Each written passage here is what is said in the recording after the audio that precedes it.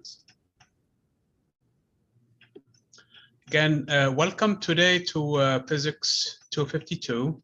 Today is really going to be the end of the first section on thermodynamics, and we're going to have so many things today to talk about. As I sent the message early in the week, we have so many concepts to explore. One of them is actually this engine. So let me switch cameras. It's called the Stirling engine. Okay, I have had it going for a little bit of time now, and it basically works with ice. Underneath of it, there is only ice in here. So if I put it outside completely, it should stop. The only reason why it's not stopping right now is because of the inertia. Actually, I can help it too. So now it's stopped. If I put it on the ice again, it should start moving, okay? Sometimes you help it a little by giving it a crank so that it starts moving. Oops, it moves in the opposite direction. Okay, so now it gets going. So it's operating between two different temperatures. So there is a piston underneath, and that piston, I don't want to flip it completely, it's in here. That piston is sitting between two different temperatures. The temperature of 0 degrees Celsius, which is the temperature of the ice, and a temperature which is room temperature. Right now I have set up the AC around 23 degrees or so, okay? So it's operating between these two temperatures, and that is the principle in general in all of the engines that we have this one. So it's going through actually a full 4-cycle process where the piston goes up and down, okay? And this is called the Stirling engine. Stirling engine is similar also to this engine, but I dismantled it quite a bit of time now. So this one works with a alcohol. Actually, you can put the alcohol in here, and you turn it on. And again, it's supposed to move in the same fashion, where there is the heat sitting at a higher temperature in here. So this is a heat source. So it's TH. Then the motion is actually exchanging here. This is the T cold sitting at the room temperature. And this works with higher temperature than room temperature. This one on the opposite is working with the low temperature versus high temperature. This, if I turn on the piston and if I connect this one to the motor in here, it could actually generate power. If I put a diode in here, you will see actually the light come on it. So the point being in here, this is actually also another Stirling engine. We're going to talk about the Stirling engine. Stirling engine is actually one of the nicest engines out there. It's actually the second most efficient engine, probably after the Carnot engine, okay? However, it's not really practical to build it in a car, okay? So we use the Otto engine, that's O-T-T-O. That is the most popular in vehicles, in cars, basically, lightweight cars. And then also we have the diesel engine after his inventor, diesel for the cycle. And that is also used in heavy machinery and used actually in big vehicles and things like trucks and boats and things like that. So they use the diesel engine. So this is in a nutshell, the different engines that are out there. Two of them, one of them is actually purely theoretical, and that is the Kernel Cycle or Carnot engine. The other one, which serves as basically a demo engine like the one I was showing for the Stirling engine. And in practice, most of the engines that you see they are these two. However, there are all kinds of other engines out there too that use different processes to achieve the same thing. So basically, you extract heat from a hot source, you do work, and you dump the excess heat into the cold source. What we're going to do today is we're going to do the second law of thermodynamics. Mr. Carnot, in around 1824 or 25, asked a simple question. He was an engineer for the French army. French army, working on the railroad. So basically, he asked a simple question. And the question was, what is the most efficient engine? In doing so, he asked to be granted a principle, if you wish, or a law. And the law turned out to be the second law of thermodynamics. So what he said is, grant me the following. Heat does not spontaneously, on its own, flow from a hot source to a cold source. I mean, from a cold source to a hot source. I put it backwards. Okay, from a cold source to a hot source. I mean, from a hot source to a cold source, it's going to flow fine, no problem. That's exactly what's going on with this engine. As a matter of fact, if you can see, let me switch cameras again. The upper part of the engine is sitting on with the room temperature, so it's hot. The lower part of the engine is sitting at 0 degrees Celsius. So because that's ice actually that they have in there. So this is an engine. Right now it's getting super cold in here. That's why it's showing it's extremely slow. So if I put it outside completely for a few minutes, when it cools, when it reaches room temperature from both sides, especially the upper part, and if I put it back, it should really go back into, because now I have it sitting on ice for a long time. So its temperature basically is uniform both sides. So the difference in temperature is not there. So I have to really wait for it to warm up, because right now it's still cold because it's been sitting on ice for a long time. And there is this parts, as you can tell from your previous lab. These are conductors also of heat. So heat was transferred. This is actually glass, which is a poor conductor, but it's still actually cold too. So for right now, I have had it sitting for a long time. So it's not going to work for me that well. So I'll have to wait for it to warm up a little, but if it does, this one also is going to warm up and start to melt. So I have to be careful in here not to wait too long. So the point being in here is heat does not flow from a cold source to a hot source. Grant me that on its own. With a heat pump, it might.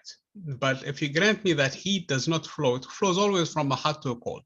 Okay, it always flows from a hot source to a cold source. I have had ice in here, and that ice has melted for the most part in the cup. And that is because my hand is warm, it's sitting at room temperature, and the ice is at 0 degrees Celsius right now, and it's melting, as you can see. So grant me that heat does not spontaneously flow from a cold source to a hot source. Spontaneously meaning on its own. I can tell you what is the most efficient engine, he said. That was a challenge. 1825 or 1824. We are almost 200 years later, 2 centuries later. We have tremendous technology nowadays. We have Toyota making this hybrid cars, and Tesla making this efficient cars. I mean, electric cars. Boeing making, does Boeing make engines or buys engines? I think it buys them. Anyway, you have all kinds of engines out there. Yet, his engine, the engine that he invented, is more efficient than any engine out there. The problem with the engine of Mr. Carlo, or the Kernel Cycle, is that it's really a theoretical engine. It's not a real engine in a sense. You cannot build it. And it sets an upper limit on the efficiency of engines. Okay, so that is one problem. This engine, as I was showing earlier, this is actually a Stirling engine. And Stirling engine has a different principle. It operates between different principles in here. Is it moving now? It's not getting in contact. I lost contact with the ice now. It melted so much now. Anyway, the point being in here is, I'm going to put it aside so that it doesn't fall and break things. The Stirling engine is still actually also not, so you cannot really build it easily. And that's why it's really, you can make a model out of it, but you cannot, there is no applications for it still. So practically, as I was saying in the beginning, the Otto engine and the diesel engines are the engines out there. Obviously, for you guys, at this point, you would want to see what's going on in terms of the exam so that we can prepare for the exam, and that we're going to get into it too. So we're going to get into a lot of things today. We're going to get into the second law, which I already stated what the second law says. The second law says heat does not flow spontaneously from a cold source to a hot source. The opposite is fine. From a hot source to a cold source, that's fine on its own. But from a cold source to a hot source, It does not work that way. Take a cup of coffee, for example, in the morning that is fresh from the machine. It's hot. Put it on the table. Heat will flow automatically from the cup to the room where everything is sitting, okay? The surrounding. Wait a few minutes, few hours, come back to the cup of coffee and we'll find it back. Basically, it has reached the room temperature. Same thing. Take your milk from the refrigerator, put it in a cup. It's cold, colder than the actual room. Heat will flow from the room to the cup and warms the cup. Come a few minutes later or a few hours later, you will find that the milk has reached the same temperature as that of the room where it's sitting. So that is basically what the idea is. In the first case, heat flew or went from the cup of coffee to the room to warm it, but the room is so big, that's why you don't feel the temperature being rising from that effect. But it's still, heat actually went from the cup of coffee to the room. In the opposite case, in the case of the milk, it actually went from the room to the milk, to warm the milk. But the temperature of the room then should go down, but you can't really feel that because it went down by a fraction of a fraction of a fraction of a centigrade that the room doesn't care about it, because who cares about that, okay? The room is so large that you cannot feel the change in its temperature, but it still went down nonetheless. So this is the second law. Obviously, when Mr. Kernel formulated this one, the branch of thermodynamics was not really well established. It was a few years later, almost 2 decades later, when the first law was formulated, and it was put before the second law because of the fact that the energy, the total energy of the system, must be that of the heat added and also the work done on the system. That is needed to come before this one. And then after that, when we were trying to work this one in here, we needed something to talk about the temperature. So we needed the law before that one, and that was the law basically for how to measure the temperature and thermometers. So in a sense, now you see why thermodynamics is a branch of science that was invented backward. It was invented by an engineer, not by a physicist or a chemist or anything like that. It was invented by an engineer. Later on, of course, it was developed as one of the branches of physics, because it turns out temperature is related to the motion of the particles in the gas and the system in general, and that can be described better with mechanics and statistical mechanics to be more accurate. And all of the other foundations later on were formulated properly in physics, but its applications are everywhere. Physics, of course, astronomy, engineering, chemistry,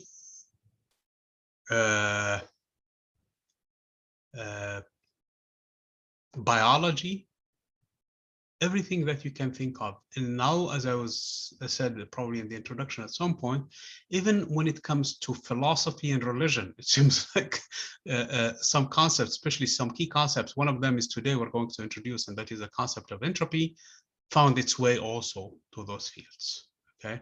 So it's really a big, big topic, okay? And it was started by the second law. So let me share with you the screen so that we can start putting things together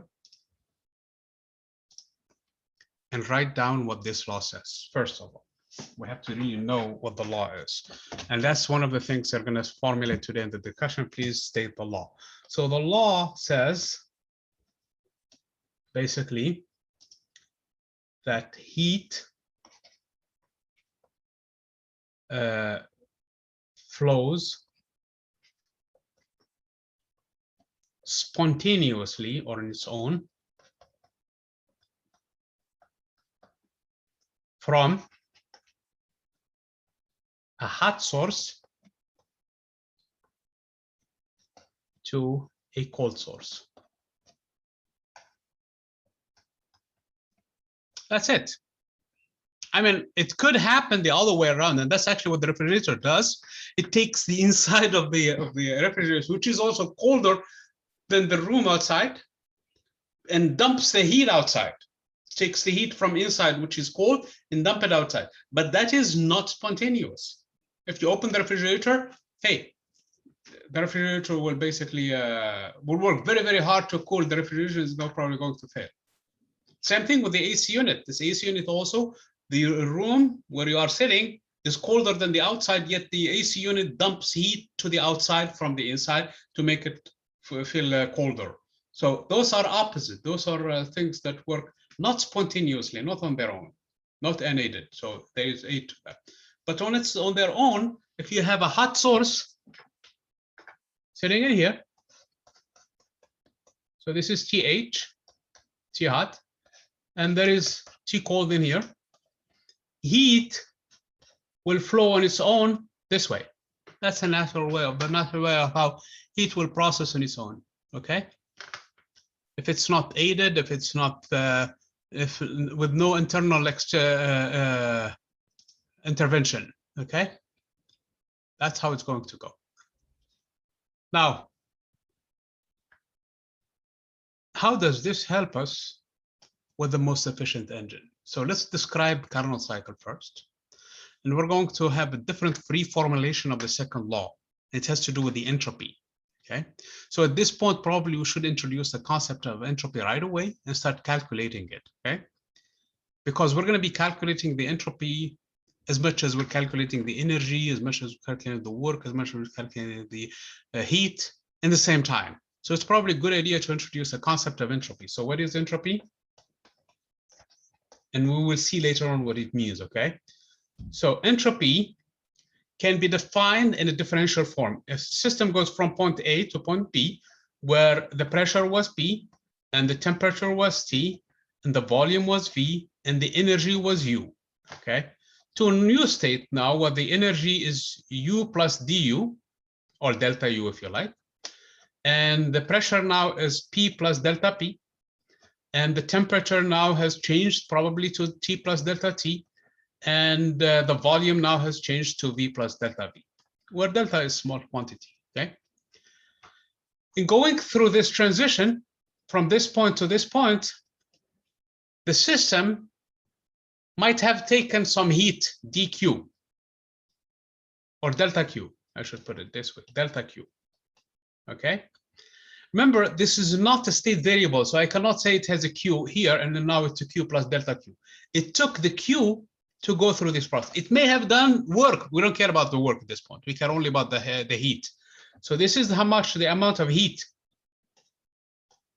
in going from this point on the PP diagram. Let me write it cleanly. Okay, I know I'm supposed to go nearby points, but I'm going to drive them very far away. Okay, just for the illustration. So I have a point in here on the PV diagram, and I have another point in the PV diagram.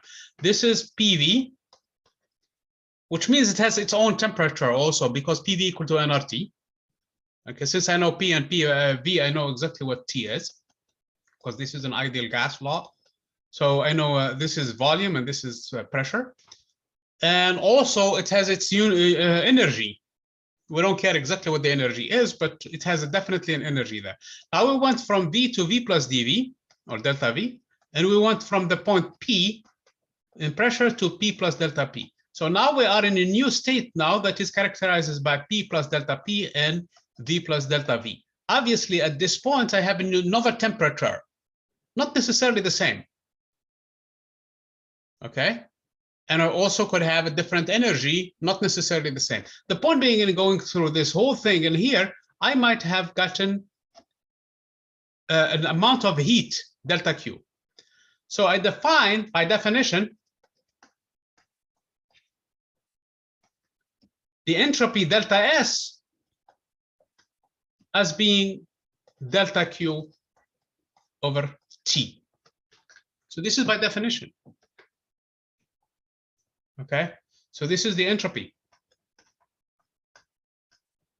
And I'm going to argue that the entropy also is a state variable. In other words, I had an S in here, and now I have a new S also as well, S plus delta S.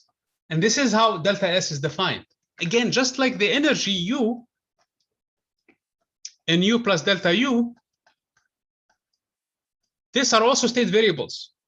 At this point, I have a specific well-defined energy for the system because I have a well-defined temperature. I can find what the temperature is, and I can use U as a reference point. make it equal to 0 if you wish. Okay, then this point will be just delta U, the change in the energy. Same thing. The entropy also I can do the same thing, because all I care for is the energy, the change in the entropy from the system from one state to the other. Okay, so I can do the same thing for the entropy too. In other words, it's defined within a constant. That's all. So in other words, I can define this one in general as being the change in the entropy equals to the integral in going from state 1 to state 2 of dq over t. That is basically the definition of it. Similar to when we did the delta S, if you wish, as NCV delta T, it turns out to be proportional just to the change in temperature, and we define the specific heat at constant volume that way, okay? But in here, it's just an integral in general. So that is the entropy, okay?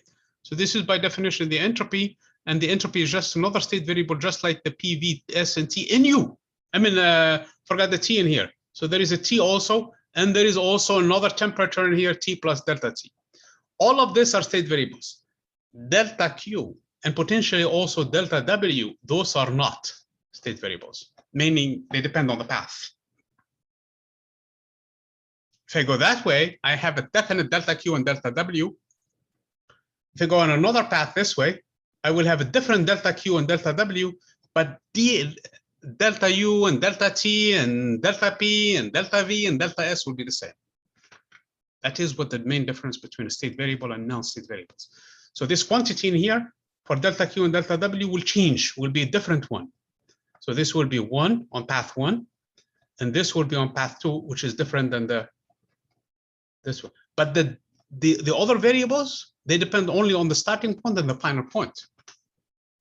The other deltas, for P for the pressure, for V for the volume, for T for the temperature, for U for the energy, for S for the entropy, for T for the temperature, I don't know if I mentioned that or not, all of this, they don't care which way you go. They care only about where you start from and where you end for. They depend only on the starting point and the ending point. That's it. They depend only on the initial state and the final state. So let's do some calculations now, since we just defined the entropy and we stated what the second law of thermodynamics is. And let's take our 4 processes, the ones we defined before. Okay. The first and easy process is the adiabatic process.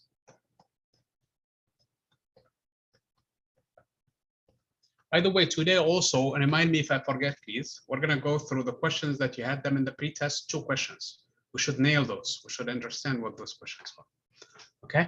So the adiabatic process, of course, in the adiabatic process, delta Q is equal to 0.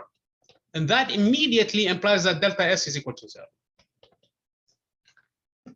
So if you happen to have an adiabatic process, and by definition, adiabatic process, there is no heat exchange. If there is no heat exchange in an adiabatic process, then the entropy doesn't change.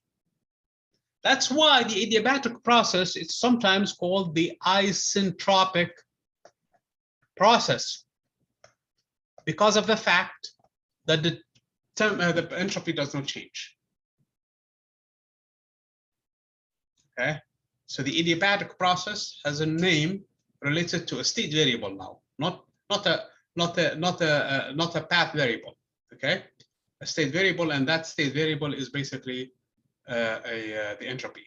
Okay, actually that's the reason why we had to introduce this concept to begin with. Okay, so this is the entropy for this process. So this process is easy when it comes to the entropy. Obviously, I can summarize what this process does in terms of the Q. Of course, the Q is equal to 0. Delta S is equal to 0. W is equal to delta U, which is NCV delta T. Okay. So this is in a nutshell this entire process. Okay. Why W is equal to delta U? Because Q is 0. Otherwise, we should have add to it. So this process is easy. Let's take another process that somehow involves a little bit of math, but let's work it out anyway. So the process that I have in mind is the isothermal process.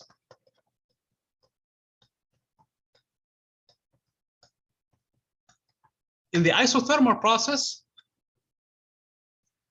delta T is equal to 0. And if delta T is equal to 0, delta U is also equal to 0. Clear. End of the story. If delta U is equal to 0, then Q and W are opposite to one another. Q is equal to negative W because Q plus W is delta U, and delta U is 0. Okay, and we worked out the algebra. If you guys remember, W from previous calculation is equal to minus nRT ln of the V final over V initial. Just to remind you of how the calculation went out, I'm going to take the PV diagram. So this is an isothermal now. That means the temperature is the same. So this is V1 or VI, and this is PI, and this is V final, and that is the pressure P final. And we went through an isothermal.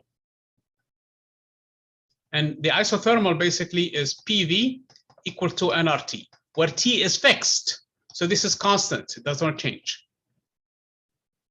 So if you guys remember, the work was defined as the negative, the integral from the initial state to the final state of PdV, where the negative was in this definition. And P is equal to nRT, which is constant, divided by V. So this was equal to minus the integral of nRT over V, that is what the pressure is, dV from the initial state to the final state. Now, since I know what the variable of integration is, which is the volume, then I can plug in that this is actually an integration over the volume. So this is the initial volume, and this is the final volume. That's all.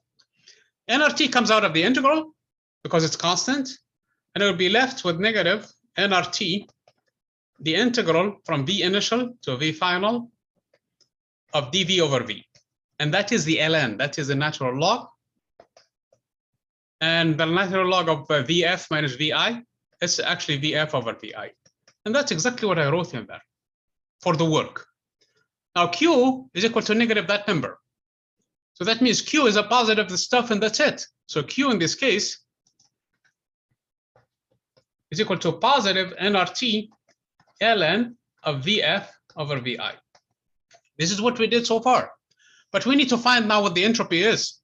So the entropy is going to be delta S, the integral from the initial point to the final point of dQ over T. But this process, temperature is constant. This is an isothermal process to begin with. Temperature is constant. That's the isothermal.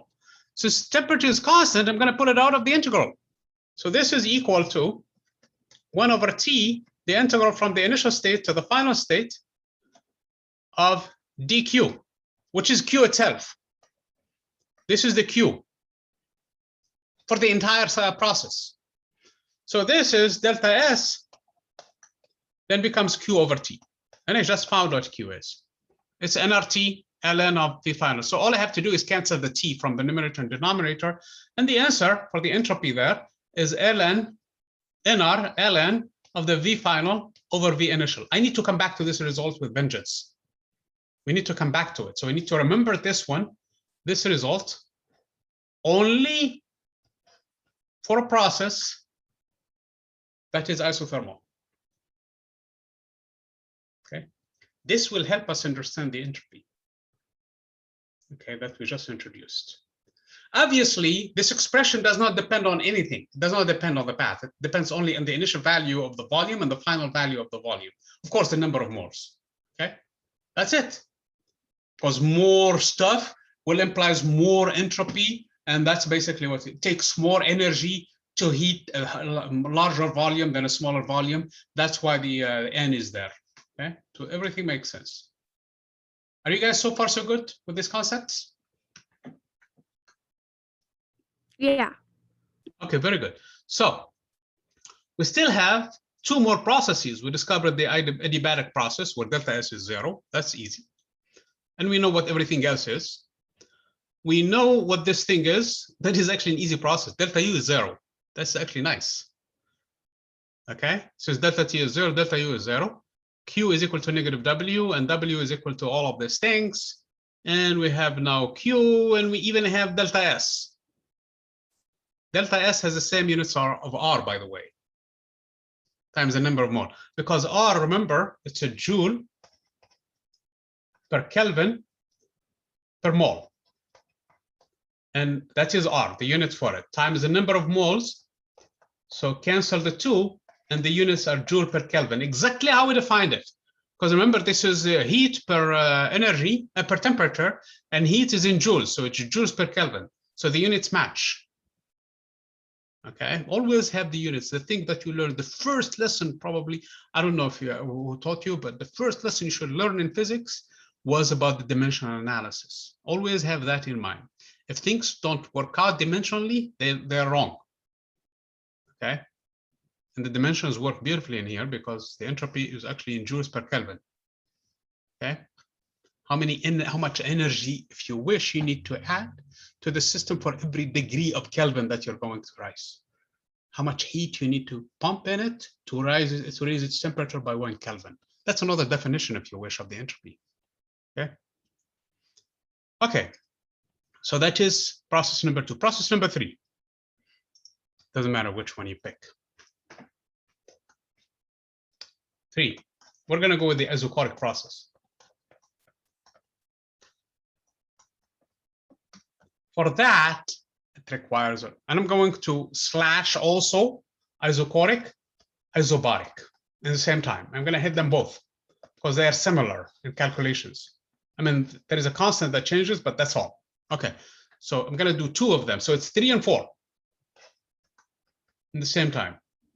So for one, dq is equal to ncv dt, and the other one, dq is equal to ncp dt. So this is isobaric, and this is isochoric. What changed was the index at constant volume or constant pressure. That's all. The number of moles, everything is the same. Now, I have to divide this by dt to find ds. So ds is dq over dt, over t, I'm sorry. So all I have to do is plug in the expression for both of them, and now I'm in business. So for the first, dq is equal to ncv dt over t. For the second, dq is equal to ncp dt over t. It's the same thing. N is fixed, cv is fixed, so all I have to do is integrate these expressions. And the integral from the previous note of dx over x is what again, if you guys remember?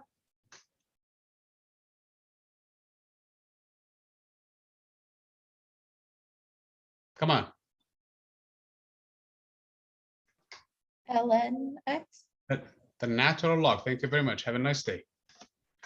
Okay. So yes, it's a natural log plus constants, of course. Okay. That is from your calc classes. So, but the constant doesn't matter because we're going to find this bounded between the two starting point and find an ending point. So we're not going to really have that constant. We're not going to worry about it. Okay. Let's think about these processes first. Okay. For the first one, we go from temperature 1 to temperature 2. The second one, we go from temperature 1 to, let's call it temperature 3, if you like. I'm going to call either one. This is Ti, this is Tf, if I am in isobaric. I'm going to call Ti, and this is Tf, which it may or may not be the same Tf in here, but just for my algebra, the isochoric or isovolumetric process. Okay. So the integral is the same of dt over t in both cases, and that is the natural log of t, evaluated between a final value and an initial value. It doesn't matter what that is. NCV is constant and NCP is constant, so they come out of the integral. I'm sorry, this is dq over dt over t, and this is dq over t. So this is actually ds. I'm sorry, that's a mistake. That's my mistake. This is ds. Because remember, dq itself is ncv dt, so I have to divide by t to find what ds is. So this is actually the ds. So delta S for the first process is going to be ncv, the natural log of of t final minus the natural log of t initial, and that is actually the natural log of t final over t initial. The same thing works for the other one. So the delta S for the isovolumetric process or isochoric process is ncv ln of T final over T initial. The same thing for the isobaric process, delta S is NCP ln of TF over TI. Because CP, if you guys remember, equal to CV plus R, this entropy is higher than this entropy, that's all. The change in entropy, not the entropy. So the change in entropy in an isobaric process is higher than the change in entropy in an isovolumetric process. Isovolumetric or isochoric process. So that's the difference between the two. Other than that, mathematically, they are the same. As a matter of fact, they are mathematically similar to another expression that I'm going to write. Okay? But hold on for a second. Let me go back into the energies and all of the other things, okay? For the isovolumetric process, isochoric process, remember, delta V is equal to 0. And if delta V is equal to 0, W is equal to 0. And if W is equal to 0, that means that delta U is simply equal to Q, which is equal to NCV delta T. Okay, I'm sorry, NCV. Yeah, NCV delta T. That is isovolumetric, isochoric process. So in addition to that, now we have delta S. And delta S in this case is NCV ln of T final over T initial. Okay, and we're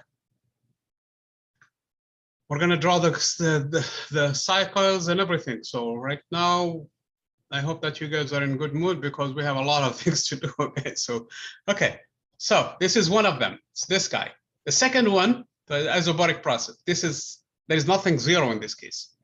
We have Q, which is equal to NCP delta T. We have U or delta U, which is equal to NCV delta T. And we have W, which is equal to the difference between the two. Okay. This one minus the other one, so it's going to be, it's going to be this minus the other one, so you can do the math for it, okay? Which is equal to, if you wish, delta U minus Q. That's what the second law says, and the first law of thermodynamics says. And now we have, in addition to that, we have delta S for this process, which is NCP ln of TF over TI. I mean, out of experience, honestly, in terms of numbers, this is not complicated, but this has a bunch of numbers everywhere. The isobaric process, okay? It's not hard, but it has a bunch of things everywhere, okay? So let's clean this one up a little. Let's summarize it. Let's put it in a nice, basically, let's go back home in here, try to bring a different pen in here. And let me draw, first of all, a PV diagram.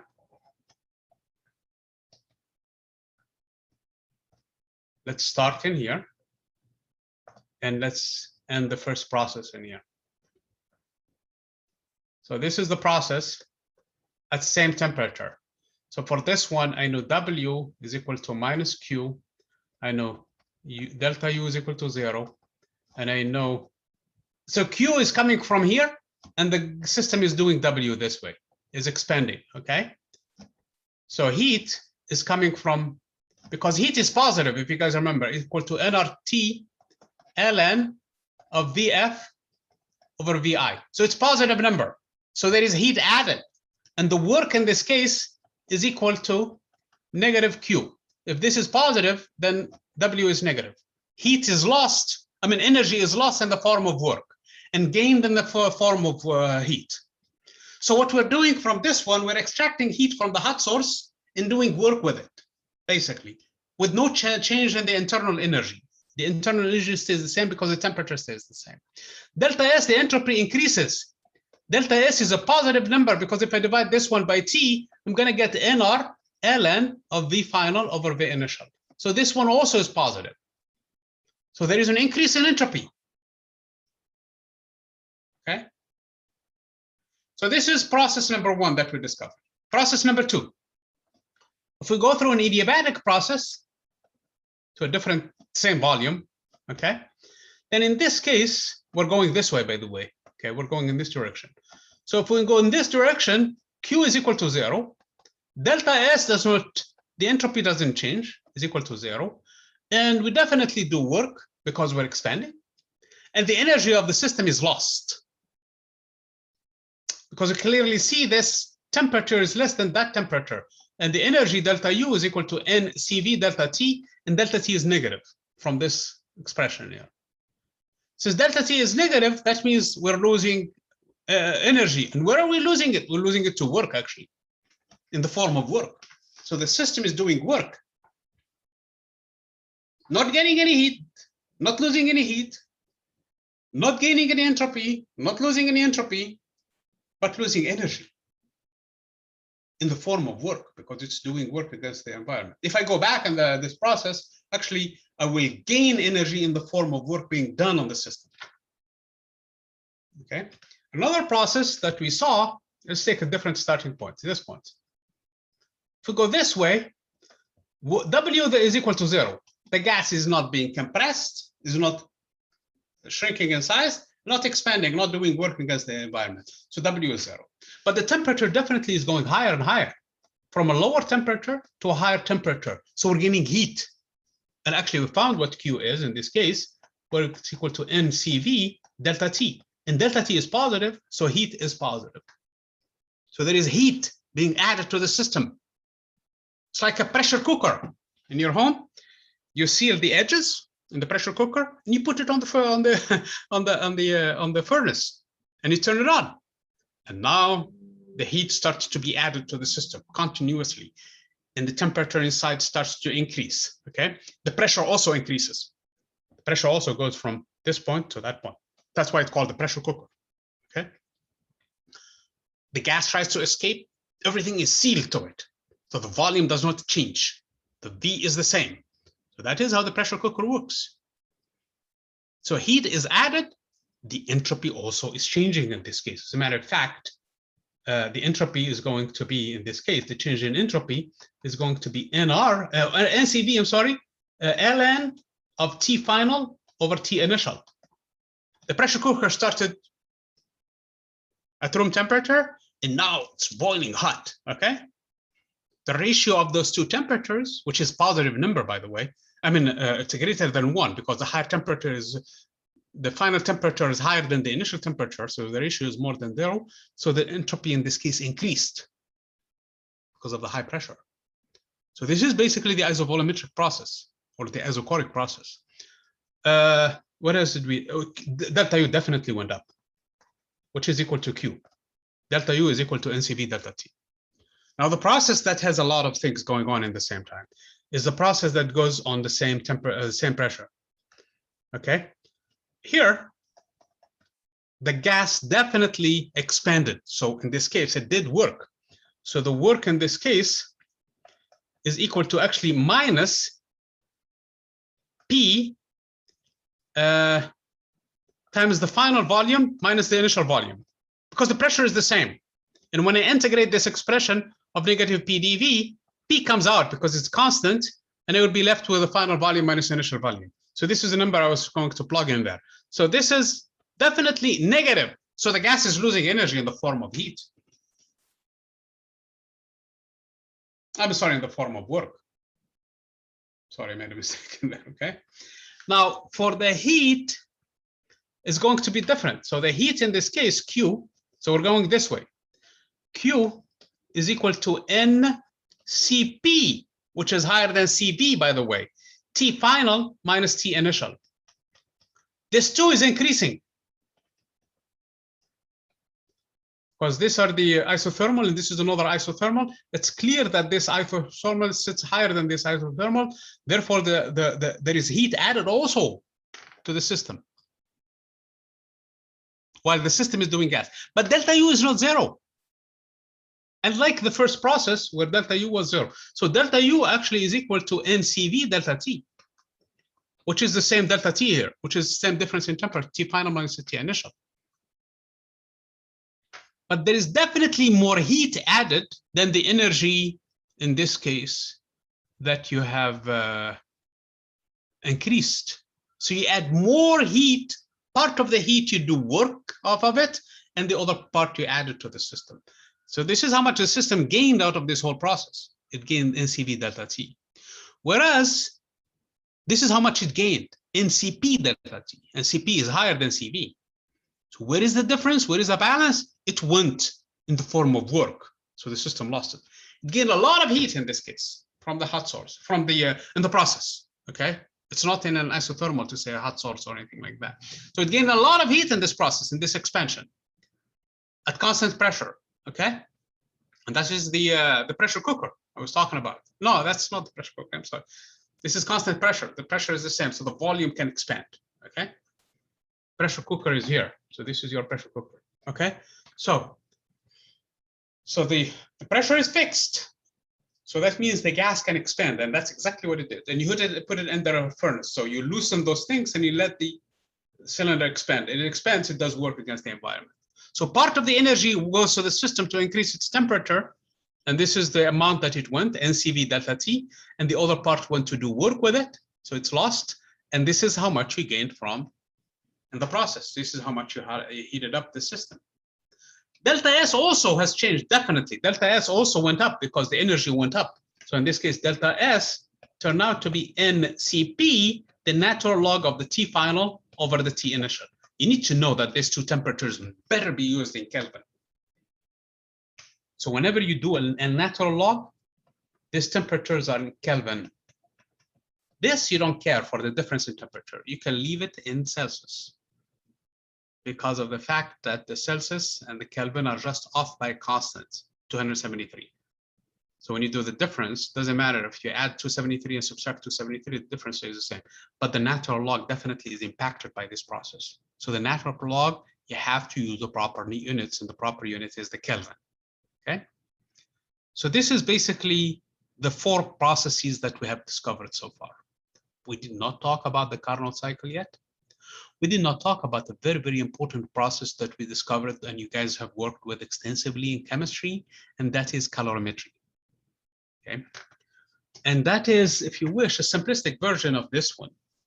So what you have in this case, you have a cup of coffee, which is water, really. That's what coffee is. Sitting, let's say, for example, at 8 degrees Celsius, okay? And you put it on the table to cool for a little bit and you forget about it.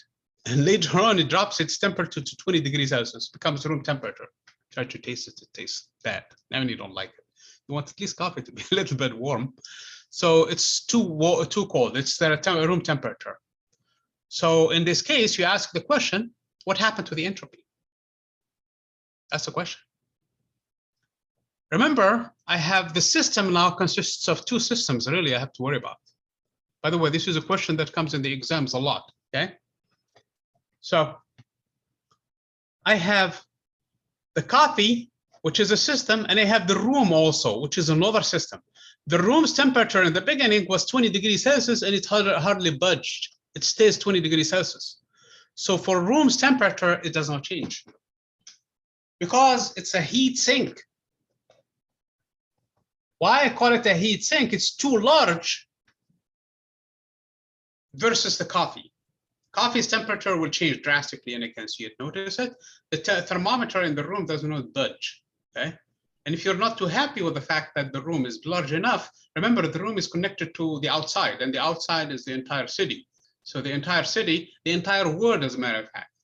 So if the fact that you have a cup of coffee in your room and you just take it off your coffee machine, it does not mean that somebody, for example, living in Nairobi will feel the heat from your cup of coffee, because again, your room is connected to the entire universe. So that's why we call it a heat sink. Its temperature doesn't change. Here is the problem that I've noticed time and time again, and please do not make mistake. And every time I say that, there is always 1 or 2 people who for some reason forget about this point, and when they're in the stress of the exam, they tend to forget it. Please do not forget it. It's very important, okay? I want to calculate the change in the entropy. Just because of the fact that the initial temperature of the room and the final temperature of the room is the same does not mean that there is no change in temperature. There is no change in entropy, because they will be tempted to look at this expression and say that the final temperature is the initial temperature, therefore the entropy does not change for the room. It does. And I'm going to show you how you calculate this thing. Let's take the case of the coffee. The coffee gained heat in the form, or lost heat in the form of Q, if you guys remember, m, the mass of the coffee, 100 grams, for example, times the specific heat, which is that of the water for the most part. Okay, that's the main ingredient of coffee, times the final temperature, which is 20 degrees minus 80 degrees. I'm going to just call this one delta T. I know it's negative 60, but I'm going to call it delta T. Obviously, this number is negative, so I really need to call this one negative delta T, because I meant delta T, the change in temperature. So what I'm saying in here is we lost heat from the cup of coffee. It was hot, now it's cold, so we lost heat. Okay, that's as simple as that. So that's why it's negative. Okay, that's why the first law, the way that I stated it, in opposition to the book, because most of the textbooks out there, they use it the way that I define the first law, that says delta U is Q plus W. The signs will help you. You see the negative sign, you know you lost something.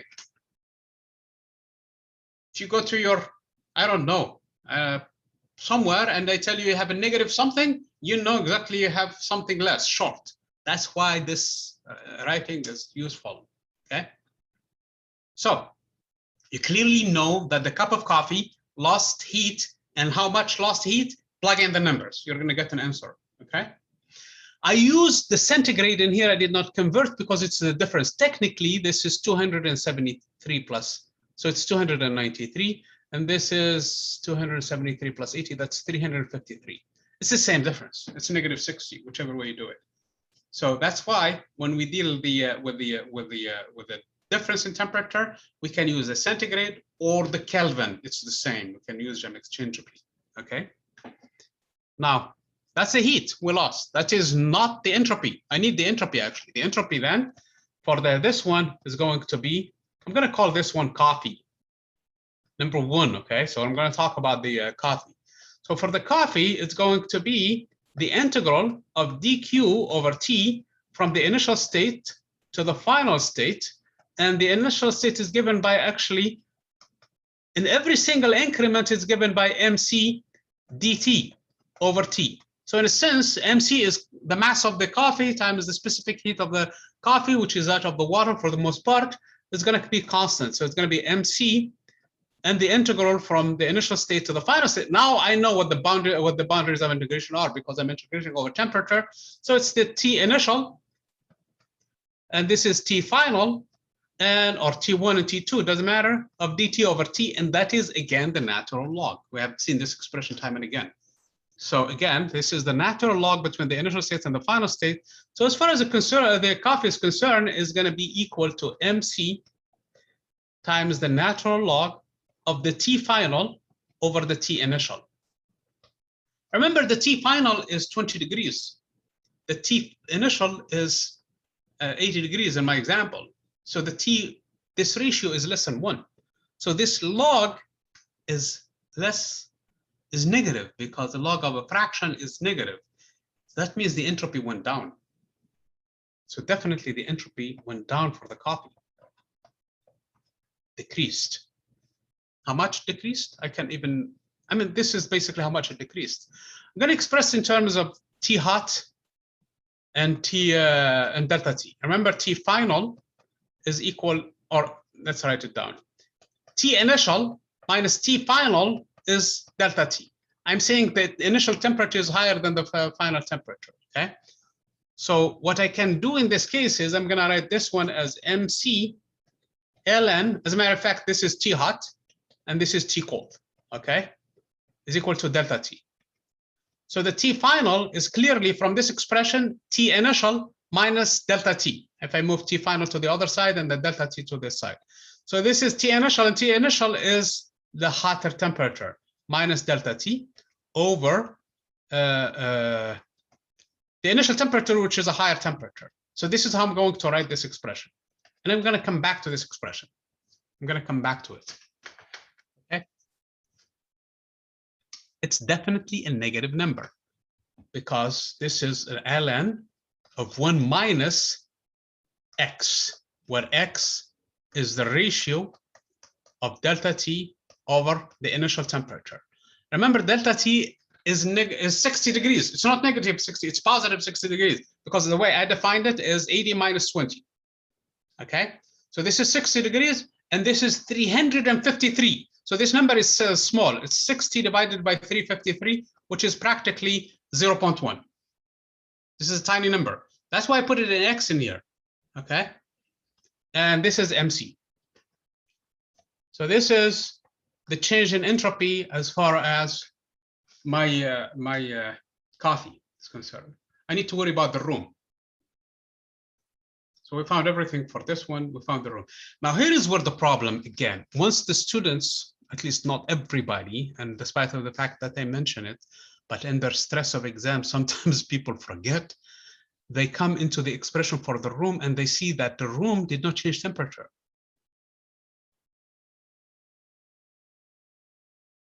Or you could have a different problem. You could have a resistor, for example, that is plugged to the wall, and its temperature, let's say, for example, it's 200 degrees Celsius, okay?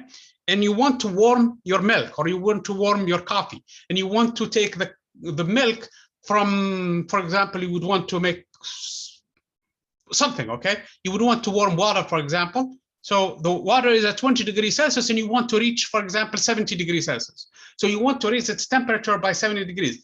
But the thing that is plugged to the wall has a continuous supply of power. So it's going to stay at 200 degrees Celsius. It's not going to change. So that delta T is 0. But the fact that delta Z is 0 does not mean delta S is 0. The same thing in here. For the room, the fact that the temperature did not change does not mean delta S is equal to 0. Because where did this heat go? From the coffee. It went to the room. To warm the room, albeit the temperature was not noticeably changed. It stayed the same. So in this case, as far as the room is concerned, delta S2, the entropy is going to be the integral of dq over T. T is constant now. It stayed the same, which is 293 Kelvin.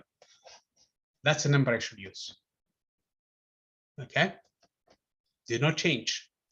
So this one actually is 1 over T. This is the TC. This is the temperature, the core temperature. Okay, and the integral of dq is just Q. And I know what Q is. Q actually is the negative of this number, because look, this is the energy lost by the coffee. Where did it go? It went to the room. So as far as this Q, it's equal to the negative of this Q. So this is Q1, if you want to call it Q1, which is, as far as we're concerned, it's the coffee. And this is Q2, which is that of the room. And Q2 clearly is the heat lost from the coffee, gained by the room. That's why the negative sign in there. So this one is definitely MC delta T over T cold. Does this make sense to you guys?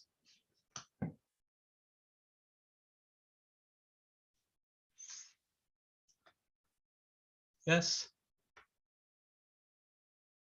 Maybe? Yes. Okay, very good. Yeah, access.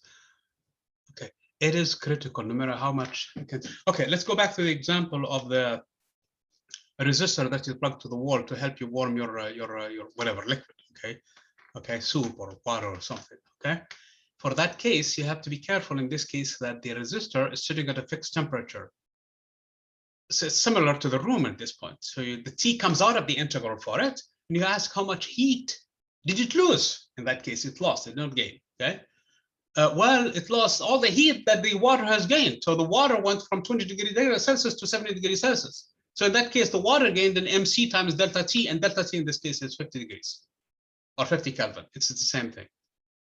So no matter how much, let's say, for example, you have 100 grams of water you want to boil, and you know the specific heat of water. So you can find in this case how much heat the water gained to go its temperature from 20 all the way to 70.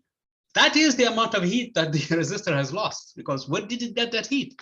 Assuming there is no other losses in the system, it got it from the resistor in that case. So the resistor delta S for it is not 0. It's definitely a number. We need to find that number.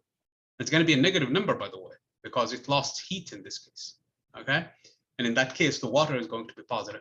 In this situation, it's clearly a positive number. Delta S2 is clearly positive because delta T, the way I defined it, is T hot minus T cold. That's the same temperature all the way throughout. And T cold is just 293 in my example. And the mass of the coffee is the mass of the coffee. And the C is that of the water, which is basically coffee. And so delta S2 is positive, whereas delta S1 is negative. I need to compare these two numbers because I'm worried about the universe. What happened to the universe? That's my question. And the universe, as far as we're concerned right now, is made up of these two entropies. The one from the coffee and the one from the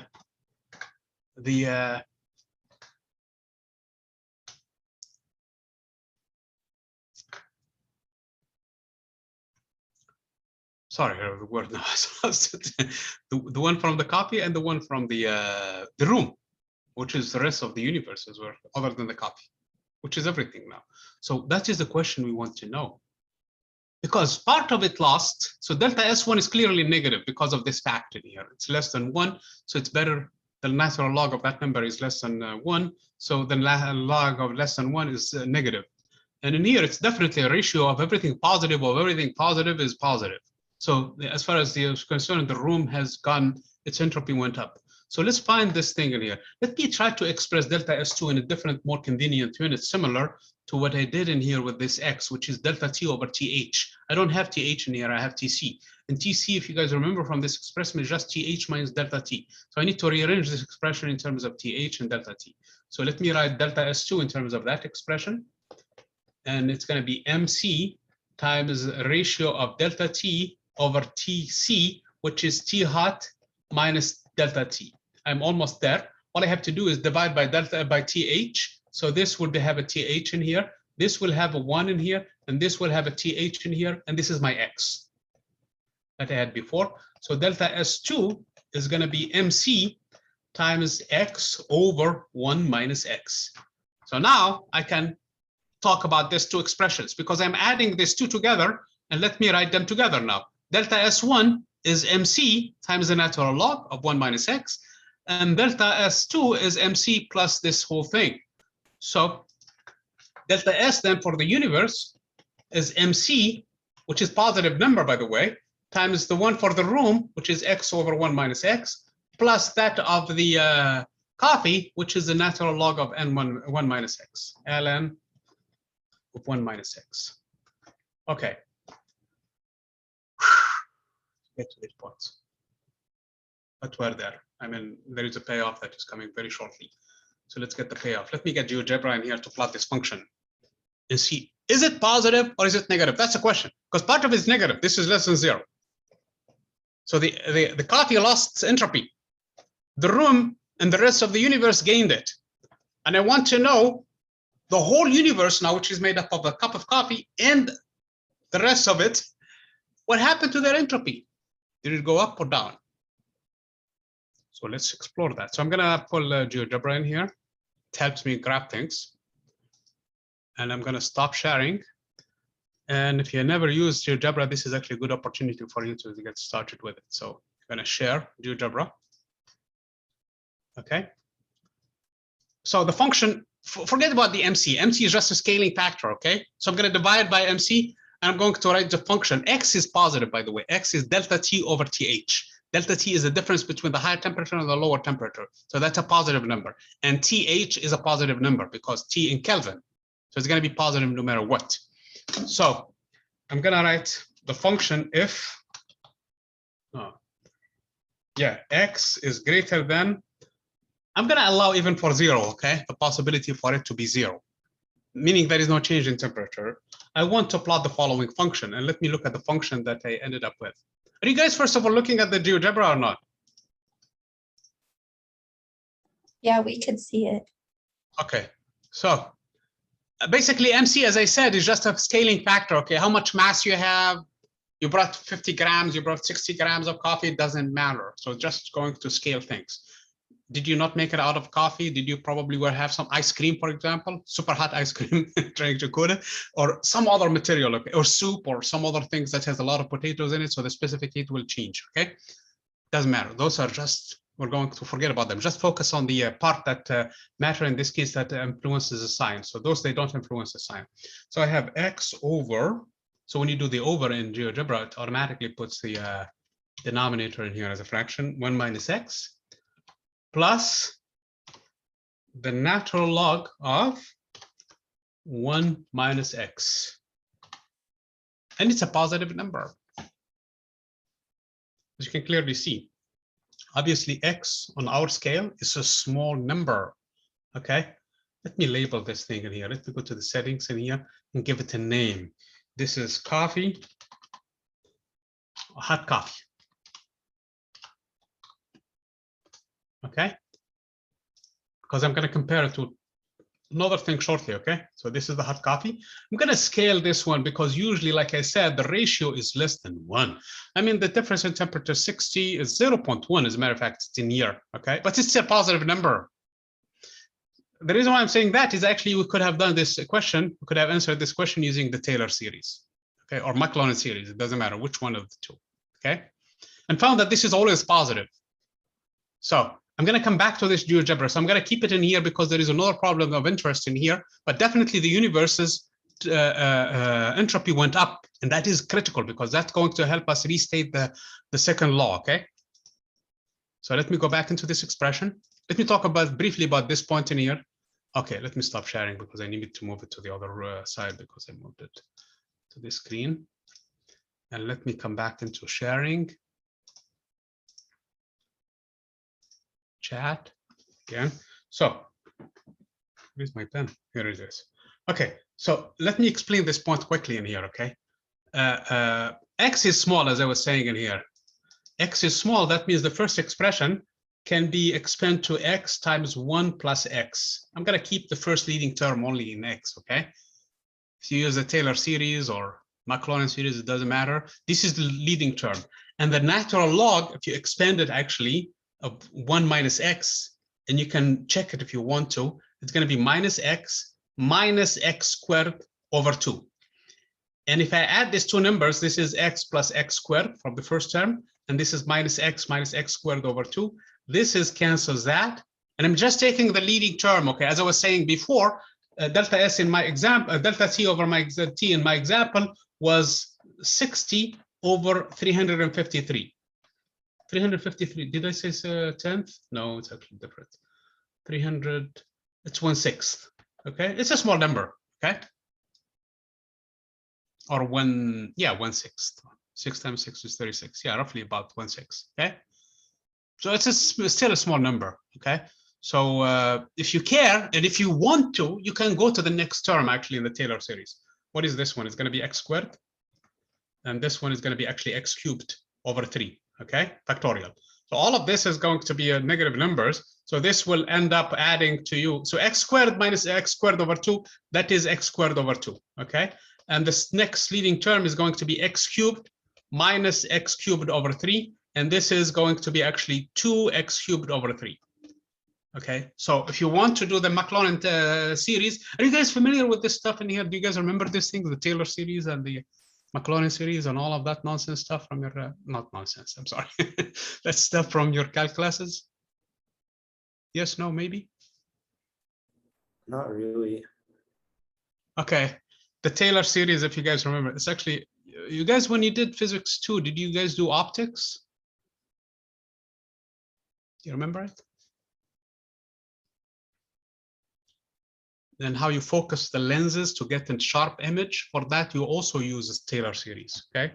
Taylor series is powerful stuff. So this is the Taylor series. So f of x is equal to, this is Maclaurin series actually, plus what? The derivative of f with respect to x, evaluated at x equals to 0 times x, plus 1 over 2, the derivative, the second derivative of f with respect to x, evaluated at x equals to 0 times x squared, plus the third derivative, which is 1 over 3 factorial now, the third derivative of f with respect to x, evaluated at x equals to 0 times x cubed, and so on and so forth, okay?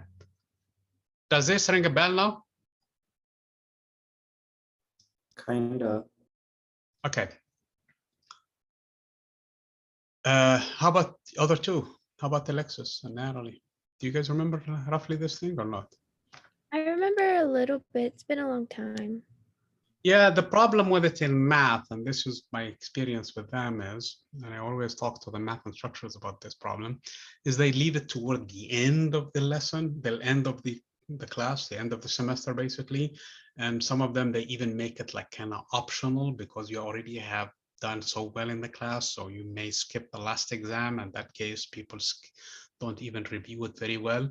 And it becomes a problem for us in physics because we use it extensively a lot. Because even if you guys, when you did the one-dimensional motion for the for in physics 1, it was actually a Taylor series at that point. When you did the position is equal to x equal to x naught plus vt plus 1/2 of gt squared plus, that was actually Taylor series, no more. Okay, so it really has very, very strong foundations, and the F equals to ma is coming from the fact that we're keeping the second derivative only in this one in here. We're not taking this third derivative and so on and so forth. Okay, I sidetracked in here. Okay, the point in here is the following. This is the whole thing is positive. I did it in GeoGebra. It turns out to be positive all the time. But all we cared about is actually near for small values and changes in temperature. Because if I do a big temperature change, if I did make a big jump in temperature in practice, it's not going to work because of the fact that the calculation has to be revised. If I have, for example, water or coffee sitting at 180 degrees, what does that mean? It's really in vapor form because water boils at 100 degrees Celsius. So if I put it at 100 degrees and I want to bring it down to 20 room temperature, I have to go through a phase transition. So I have to use the specific heat for vapor, for gas, basically water, H2O in form of gas. And that is a different number than the one that is used for when it's liquid. And then I have to go through the latent heat of fusion, or in this case, to bring it down from gas to liquid at 100 degrees Celsius, and then I have to bring it from 100 degrees to 20 degrees. So the calculation would be completely different. That's why I was trying to restrict myself just between 0 and 100 degrees Celsius, okay, for this reason, to keep the calculation a little bit manageable. Other than that, the entropy in here turned out to be a positive number. And it is true all the time. That is the point I'm trying to get into with the whole argument in here. It's a positive number. The universe entropy went up. So if you do the Maclaurin-Taylor series in here, or if you graph it using any graphing device that you have access to, delta S is positive. For the universe, it went up. Through this example. Yes, the coffee went down, but the room went up. When I added both of them, the universe went up. In other words, the entropy for the room went more than that of the coffee. Went down. So algebraically, when you add positive and negative and you end up with a bigger positive, that means that the one that went down did not go as much as the one that went up. So that is the whole point of this whole argument in here. This is, as a matter of fact, leading us to a restatement of the entropy, or the second law. The second law, the way I said it in the beginning, grant me this, all the way up, that heat flows continuously from a hot source to a cold source. This is also what it means. It means the entropy goes up for the entire universe. Because we based this calculation on that idea, and we ended up in this scenario. And actually, if we start from here, we end up also on the other one.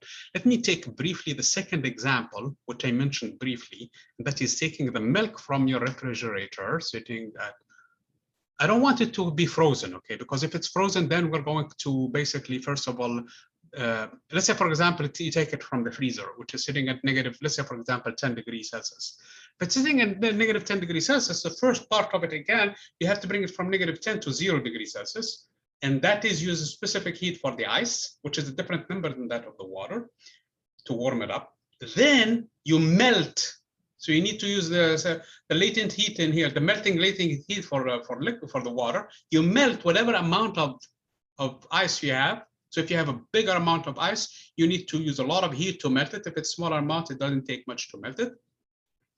Once it melts, then at that point, you're going to raise its temperature to room temperature 20 degrees. So what I'm saying in here is I'm taking a heat from the I'm taking a milk from the refrigerator, which is sitting, let's say, for example, at 2 or 3 degrees Celsius, and I taste it's too cold, so I don't like it too cold. So I'm put the cup, for example, on the table, and want to wait for it to warm up a little so that I drink it. I forget about it, and the temperature again reaches that of the room. So here is a problem. Let me illustrate how this problem works. So in this case, T cold is less, and for the milk, which is a different problem now, T cold 1 to T hot, whereas this is 20 degrees Celsius, and this is just slightly above 0 degrees Celsius, okay, above, just to make sure it's not frozen, just to make the algebra cool, so that when I say 20 degree increase, it's easy. Or if you wish, room temperature sometimes is 23 degrees. So this is 23 degrees, and this is sitting at 3 degrees, an increase of about 20 degrees. Okay, that's the point. Okay, so we definitely have heat gained. So this, I expect now the entropy to go up. Okay, but the unit entropy of the room will go down because room must be cooled now. Okay, although the room now is so large, connected to the entire universe, its temperature hardly budged from, from where it was before. Here is why this example is important. He had a suspicion before. The reason why this worked, because the room was so large. So it took all of that thing, so it really has taken into account all of that thing, compensated for it. But now the roles are reversed. Actually, now the room's entropy actually is the one that went down. Is it too much to compensate for the increase in the entropy of the milk? And the answer, we'll see that delta S also is going to be positive in here. So you think, since the room is much bigger, connected to the rest of the universe, that the decrease in entropy in here, and there will be a decrease in entropy, and this increase in entropy in here would be too much to overcome the increase in the entropy for the milk. But at the end, this increase in the entropy will overcome that of the room, as opposed to the first scenario, where you had the increase in the room, which is suspected, was expected in a sense, that, hey, the room is too big anyway. So if it gained entropy, it will overpower whatever this thing loses entropy, and hence the entropy was at the end increased. Well, that argument is not true. That argument is flipped in this case, backward when it's a tail. So in this case, the entropy of the room should go down and the entropy of the milk should go up. I'm going to argue that the entropy overall will still increase. Let's see how that is possible. Remember, so I just did this so that the calculation will be a little bit faster. So for the coffee, for the milk, delta S1 or delta Q1, if you will, or Q1 is equal to MC times T hot minus T cold. And this is a positive number, definitely, because it warmed. So it's MC delta T, clearly, okay? So that's how much heat was gained by the milk. So this is the milk. It gained this much heat, okay? The entropy is going to be the same calculation, the same integrals, the same stuff as before. Delta S is going to be MC ln of T final, which is a hotter temperature, over T cold, the initial temperature. Obviously, I'm going to write this one as MC ln of T hot is simply going to be TC plus the difference in temperature. I mean, clear, TC, T hot minus TC is delta T. So if I move TC to the other side, it's going to just be 1 minus or 1 plus delta T over C. So I'm going to define the X a little bit different now, okay?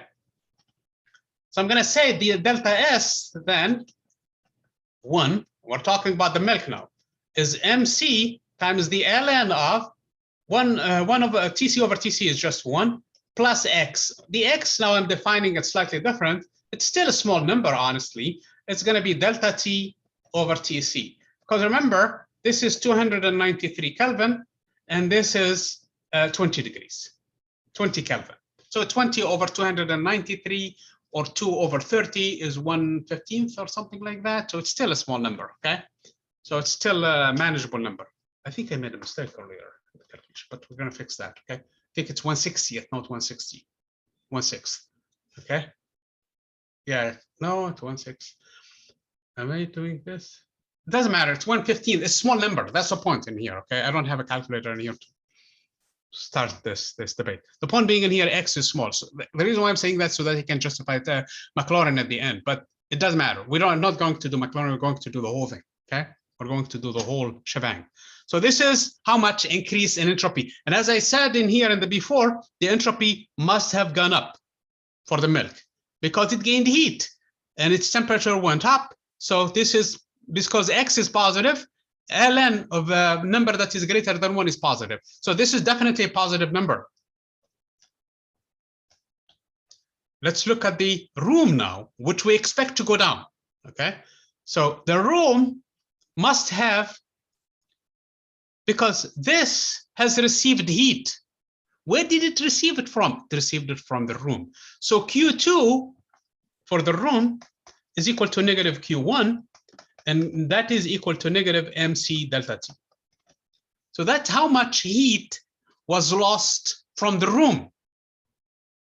In doing so, the entropy then, because the temperature did not change, by the way, for the room, because it stayed mainly 20 degrees, so it did not budge from that temperature. So delta S2 is equal to the integral of dq over T.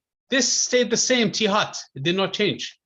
So the integral of dq, which is just Q2. So it's going to be minus MC delta T over T hot, okay? Again, I'm going to rearrange this expression because I expressed it in terms of delta T over Tc, and now I have T hot, so I have to rearrange this expression in terms of Tc. So delta S2 now, which is a negative number as I expected. This is less than 0 because everything is positive in here except the negative sign in here.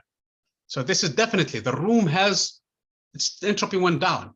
So if you're thinking the room connected to the universe has a much bigger influence over the milk, over lousy milk, small cup of milk, no, it's not going to be that way. It's going to be the opposite. So let's see. So delta S2 is going to be minus MC delta T over T hot is clearly Tc plus delta T. Okay, from this expression, the way I define delta T. So T hot is Tc plus delta T. So now I divide everywhere by Tc. So this is going to be Tc, this is going to be 1, and this is delta T over Tc. And delta T over Tc is just the X again. So again, delta S2 is minus MC X over 1 plus X, where X is the same definition for both expressions. In other words, my question is, what happened to the entropy of the universe? The entropy of the universe, which is made up of milk plus the room. And that is going to be equal to MC times the room, which is bigger, plus ln of 1 plus X. That is coming from this expression for S1. So again, I want to know what happened to the entropy of the universe. So I'm going to stop sharing the screen. I'm going to go to GeoGebra again. Did I close? No, I did not. Good. And then I'm going to share GeoGebra and see what happened. Chat, again, just to make sure. I'm going to have a different function in here. So I'm going to call it if again. I'm going to make sure X is positive, okay? Because X is the ratio of delta T over Tc now, and everything is positive as far as that's concerned. I mean, it could potentially be 0. So greater than, where is the greater than? This one, or equal to. So that's the nice thing about GeoGebra. If you do greater than, you put next to it equal, it's change it to the common symbol that we know. Comma, and the definition of the function is negative. So again, those MC things, how much milk you have from the coffee and from the refrigerator and the specific heat, is it really milk? Is it some soup that you're trying to warm or something like that? That's a different story, okay? That's where C comes in, and that's where the mass comes in. So the main factor is this one, minus X over 1 plus X. Was it F plus X or minus? Yeah, it was plus X. So let me make sure just, yes, plus X for both terms. Okay, oh man, plus the natural log of open parentheses of 1 plus X. And this one, as you can clearly see also, which I'm gonna make it nicely, okay, settings. Let's change this one to milk, cold milk. Since it's cold, I'm gonna change its color to blue color. And that is a comparison between the two. Both of them are positive. That is the point that I'm trying to make here. If we do Taylor expansion also, if we do a Maclaurin-Taylor expansion, we're gonna find the same thing. As a matter of fact, near X equals to 0, both of them match, okay? So even if I zoom out of this function, by the way, I defined it so that X is always positive. This is gonna go exponentially to infinity, and the other one goes exponentially to infinity near the point X equal to 0 because X equal to 1 because it's not defined in that. So the point being in here is strictly positive. So let me stop sharing again and let me argue the point quickly for the Taylor-Maclaurin series. Where is the share point in here? Let me minimize this thing in here and let me find where my notes are. And let me share the notes and pick up this one in here. So, yeah. Okay, so this expression also is positive. That's the point I'm trying to make. It's extremely important to understand the argument for it. It has nothing to do with the size of the room versus the amount of milk or the amount of coffee. It's always going to be increasing, regardless of which way you do it, regardless of the process. The entropy always increases. Okay, the universe, this is the universe. I mean, components, they may decrease. Like, for example, in the first case, the coffee went down. In the second case, the room went down. In either case, the combination of the coffee and the room or the combination of the milk and the room will go up no matter what, okay? And that is another way of restating the second law of thermodynamics.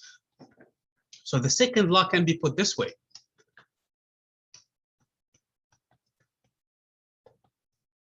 I put it in the first terms, which is the heat cannot transfer spontaneously from a cold source to a hot source. Now we're going to put it in the second one here by saying simply delta S is positive for the universe. Universe. Okay. No matter which process you can think of, the entropy always increases. There is a famous story by what's his name?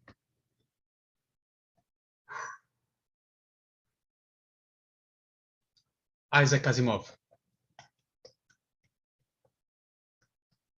It's a very short story, and it's a fun story called The Last Question. As a matter of fact, if you're not familiar with Isaac Asimov, he was a chemist, okay? And he wrote sci-fi books. One of them is The Foundation, a series of books, The Foundation. And he wrote so many other sci-fi books. One of them was actually short stories, one of his short stories about The Last Question. In The Last Question, basically, he explores the idea of how the universe was created in a sense. And ever since he wrote that story, wherever he went, people asked him to tell the story, okay? So it's a good thing to go and read about it.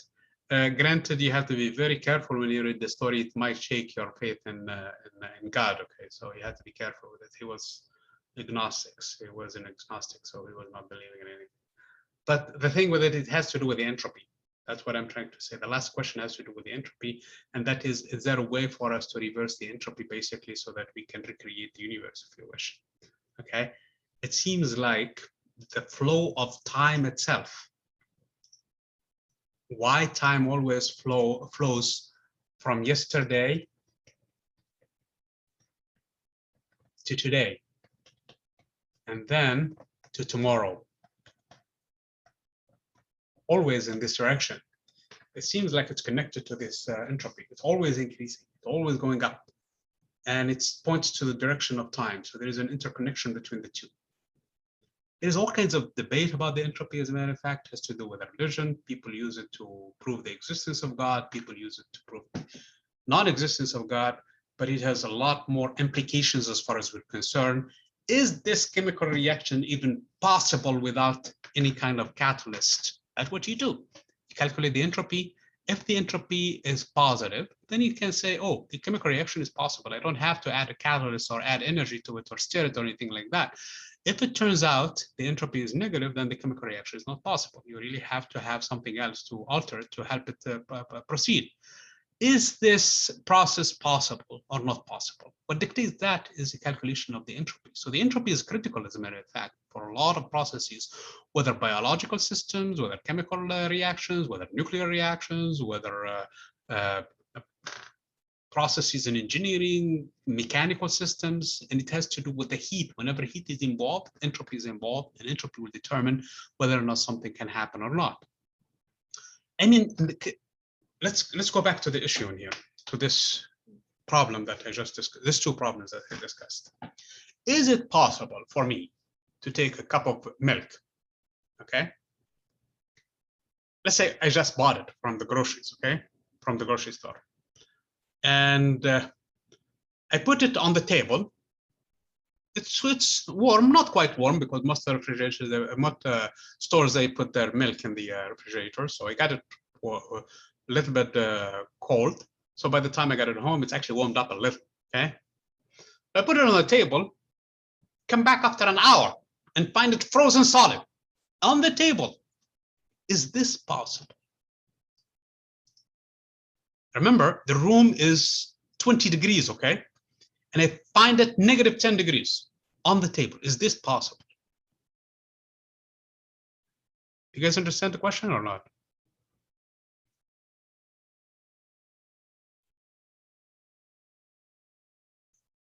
Yes, no?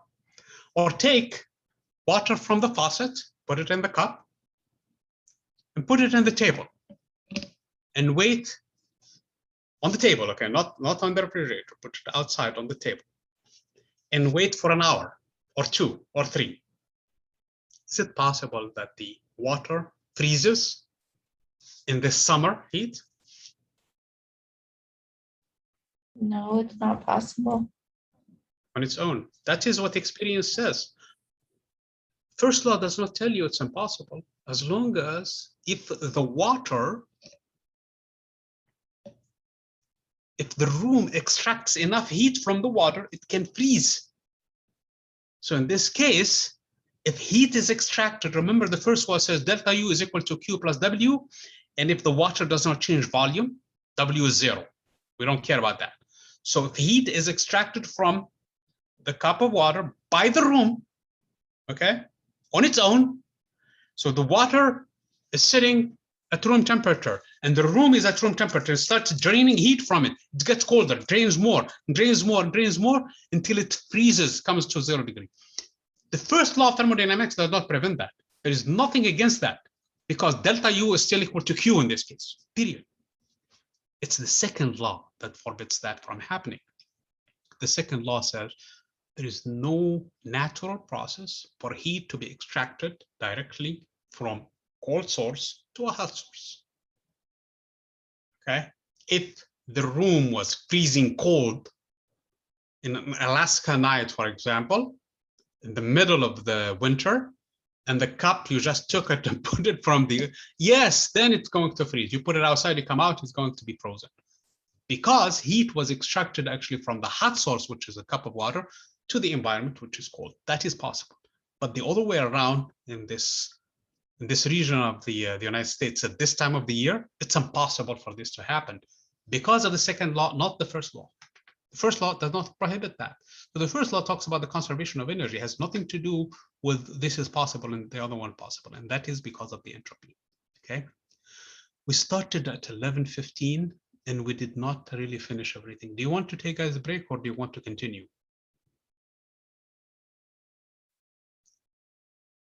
Because if we want to take a break, this is a good point to take a break at. I want to take a break. Okay, so let's take, is 5 minutes good enough or 10 minutes? What do you guys suggest? We have 10 minutes. 10 minutes good for everybody? Sounds good? Yes, no? Sounds good. Yeah, that's good. Okay, so we're going to take a break for about 10 minutes. Nobody will go and drink some water or some coffee or something. When we come back, there are still far more stories to these questions in here that we need to explore. I did not talk about the engines. I did not talk about the efficiency. I did not talk about Carnot, and they're extremely important, okay? And I told you guys to remind me about the critical question, and that question has to do with the pretest. It had 2 questions in it that we can handle today. I know you can handle today. So those are the things that we need to do before the end of the day. Sounds good? Okay, so I'm gonna pause the recording and I'll see you in about 10 minutes, okay? The recording. Again, welcome back from this short break.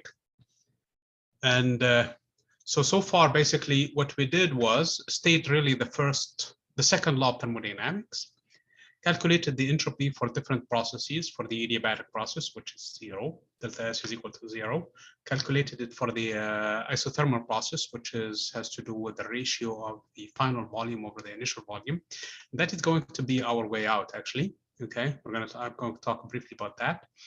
And we calculated also for both the isobaric process and isochoric process, and that involves the natural log of the final temperature over the initial temperature in either case, using the CV or CP depending on which process, and the number of moles also. Then we went extensively and examined the situation, what happened to the entropy of the universe in a couple of examples. So the example of the coffee, basically just like this one I'm doing right now, but I'm making sure I don't wait for it to be too cold because I don't like it that way. So a coffee going too cold, what happened to the entropy of the universe? We found that it went up. We did the reverse problem, basically taking a cup of milk from the refrigerator and put it in the room. And we saw also the entropy went up. So we said that that's actually an alternative way of defining the second law, or at least reformulating the second law. And the second law in terms of the entropy is a lot simpler. Delta S is bigger than 0 no matter what for the entire universe, regardless of the process that is. I mean, when you think about the second law, things really look kind of not good, bleak in a sense. We're going to talk about that, what that means. Look, the 0th law has nothing to do with in terms of the energy balance. What the first law is telling you really is the energy of the system is the sum of the internal, basically the heat and the work that is done on the system. That is what the change in the energy, not the energy, delta U, is caused by how much heat you add to the system and also how much work you do against the system. That results in a change in the energy. Okay, that's the first law. In other words, if you do that carefully, and if you're doing it very carefully, you can break even. That's what the first law is saying. So if you have this many joules from work and this many heat you add to the system, you're going to end up with that much energy added to the system. Well, the second law, really what it's saying, you cannot even break even. I mean, you hope to go ahead, you hope to move ahead. But what the second law is saying, really, is putting it in a different kind of desperate situation that you cannot even break even. You're always going to lose somewhere in here and there. So let me talk about the efficiency, which is really what this thing is, and talk about the cycle, especially the Kernel cycle, and try to calculate the efficiency for a Carnot engine. Okay. And then immediately we're going to go to the examples that I was talking about, and from the pretest, and we will see how it goes later on, because we have still some of the concepts. Before I do that, there is something that I mentioned a couple of times already. In the isothermal process, oh, what happened in here? Why is this thing? Okay, so this is part 2. So in the isothermal process, if you guys remember, what we found, the entropy basically is equal to NR ln of the V final over V initial. This is what I'm going to think about the entropy now. If I have a gas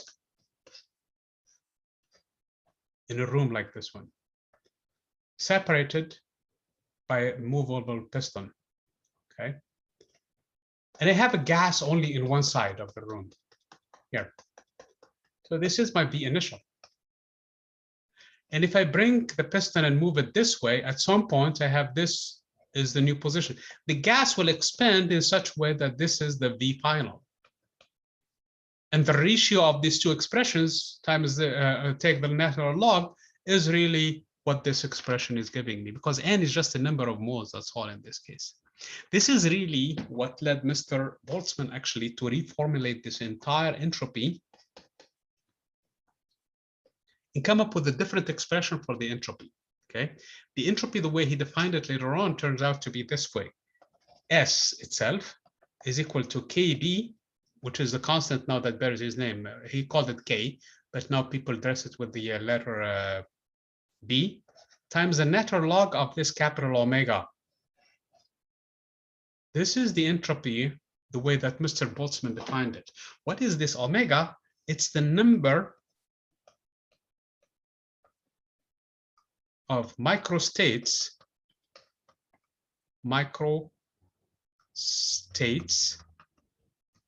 that make up the macrostate. Let me talk about macro and micro quickly. We're not going to delve into the details of the subject, but just because the book touches upon it, so I'm going to touch upon it really, because it's really a very, very big topic. This is part of something in physics called statistical mechanics. Statistical mechanics. And it has 3 different mechanics. This is the classical. And there are 2 other mechanics, okay? So the first one is classical. The second one is modern, called Fermi-Dirac. And the third one is Bose-Einstein. So when Mr. Boltzmann came up with the statistics, basically describing the particles in here, how can I make up a given macrostate, basically given energy of the system? Because remember, the internal energy is the sum of all of the individual energies of all of the particles in here. Their kinetic energy added 1, 2, 3, 4 over an Avogadro number or a large number of them. So that's why statistics comes into play in here, because you're doing with an ensemble of things. When I double the volume or I increase the volume, the availability of microstates now is more.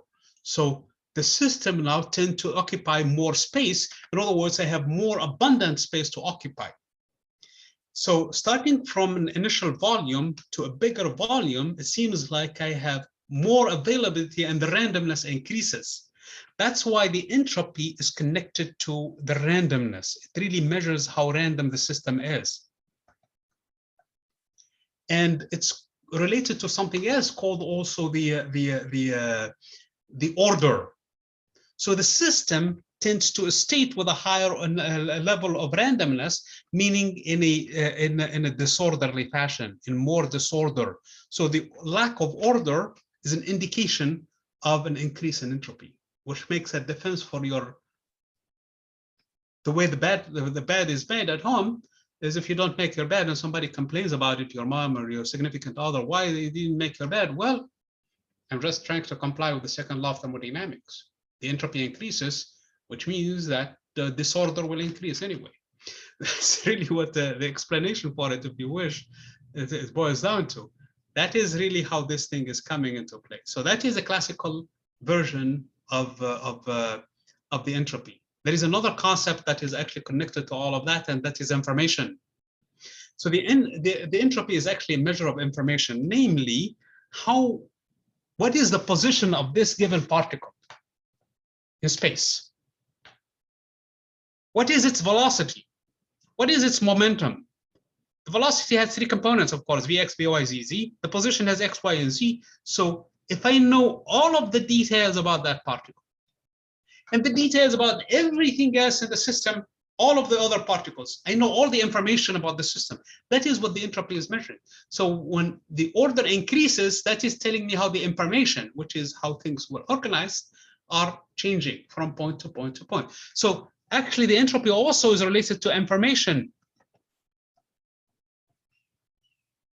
So that is really where these things are. And these are physics. This is not philosophy at this point. Everything is physics, pure science, okay? So when I say information in this sense, I need to know every single particle, where it is, now and later. Because I can reconstruct the whole system if I know everything about the system now. You ask me later on, let's say, for example, we lost everything. Okay, can you put it back the way it was? Well, all I have to do is put the things back the way they were by putting every single piece together. Okay, if I take a plate made out of ceramic, for example, or glass, and drop it, right now it has a higher order. If I drop it, the pieces scatter every which way. So in this case, the entropy has increased. Have you ever seen in your life, okay, a plate that is every single piece every which way, and all of a sudden they assemble themselves and now they fix themselves and the plate comes back together? That is a higher order. That means the entropy went down for the system. This is not possible to happen on its own. Somebody actually has to gather the pieces and put them together and probably glue them or something so that the plate will look the same as it was before. Okay. So you're asking about the tree. What happened to that tree? That tree is growing and it's more organized. So its entropy is actually going down.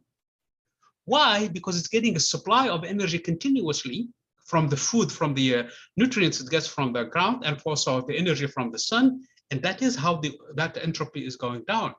But if I calculate the entropy of that tree, that organism, with that of the universe, because it's taking nutrients from the ground and it's taking energy from the universe, the entropy is actually going down. I mean, going up for the entire universe.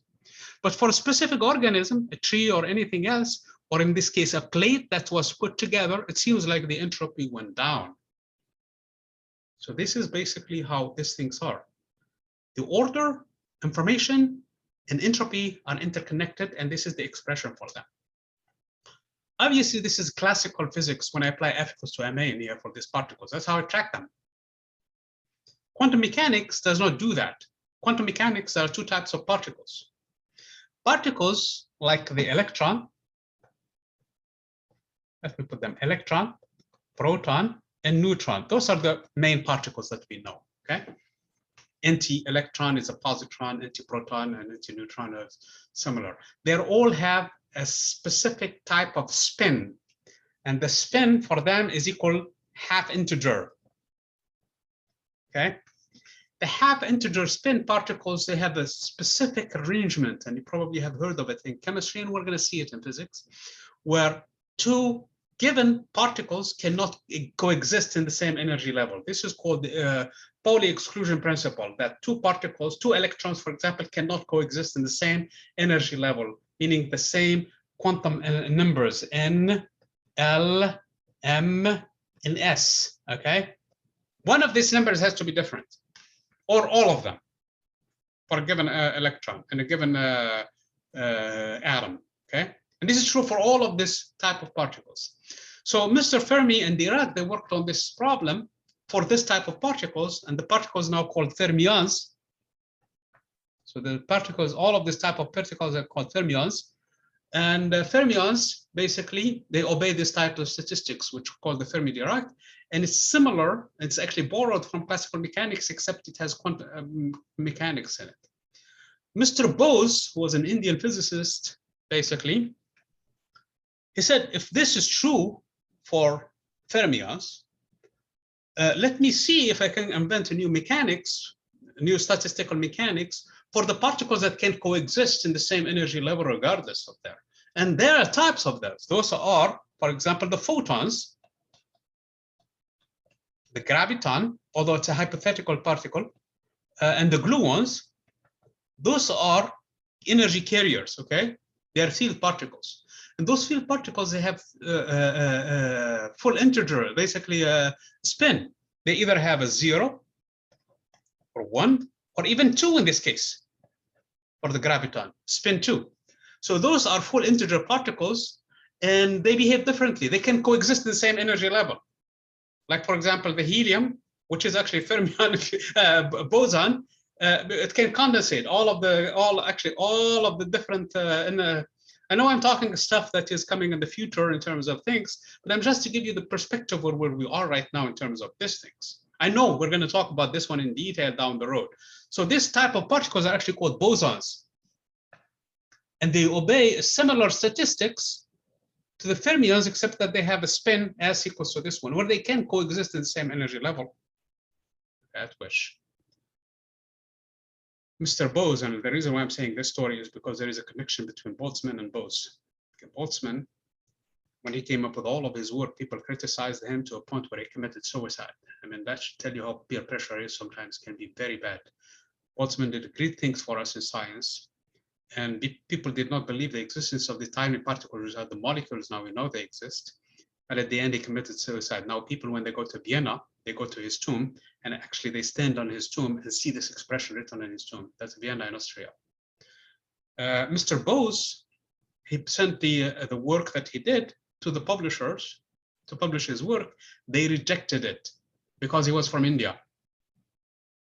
See how I say again, bias sometimes can be terrible, whether for Mr. Boltzmann or for Mr. Bose. So what Mr. Bose did was, he sent his work to Einstein to get his opinion. So what Mr. Einstein did, all he did was add his name to the paper because he thought it's something solid. He added to it, and then he sent it back to the publisher. The publisher did not question the thing, and they published it. And it's a tremendous amount of work. Just to show you that sometimes bias in science exists and physics everywhere, okay, and it's a terrible thing. So if Bose was not alert enough to send his work to Einstein, this thing would have been delayed, and the work that we have now would have not basically advanced, and we have a lot of advancement coming from the bosons in technology and things like that. So the point being I'm trying to make in here is, first of all, the fact that this natural log in here can be explained by two things, the randomness and disorder and the information. There was another question in here about the information. I know I'm getting a little bit more in depth about these things, but I'm hoping that to enlarge your, in addition to the fact that you can read this book and hopefully enjoy it as much as I did, okay? Regardless of where you stand, I mean, it doesn't matter. Okay? It's a fun book to read. It's a very short, it's about 8 pages, by the way. It's not a short story, not a short book, not a whole book. Anyway, this issue also of the information was a big critical problem for the black holes, because black hole, you know, that a particle comes into a black hole and is absorbed by the black hole. And this is going to be the last chapter that we're going to cover in this classroom. And basically, when it's absorbed, what happened to the information? What happened to its state, namely the information about its state? We know its velocity, we know its momentum, we know its position at that time. But once it goes there, it's destroyed inside the black hole. So the question is, what happened to the information it was carrying? Is the information also destroyed, or the information is conserved quantity? Mr. Hawking did the calculations, and it turns out the information stays on the surface of the black hole. Okay, and the information stays on the surface of the black hole. If you calculate the entropy of the black hole, you will find that it's proportional. The area of the black hole, because it's a three-dimensional object, the area of the black hole is really proportional to the entropy of the system, which means that the information is stuck on the outside of the black hole, just on the outside, on the surface, which is a two-dimensional object, which led another physicist, Mr. Susskind, and other people after that to suggest that we are not living in a three-dimensional universe. When you go outside right now, or when you look at things right now, when you put your hands like this is in front of you. When you put your hand like that, this is next to you. When you put your hand up, that is above you, okay? That is three-dimensional universe. Well, they said the three-dimensional universe we see it is not real. We live actually in a two-dimensional universe. And the two-dimensional universe we live in it, it's being reconstructed on the go all the time, continuously, with the flow of time on a three-dimensional perception, not real.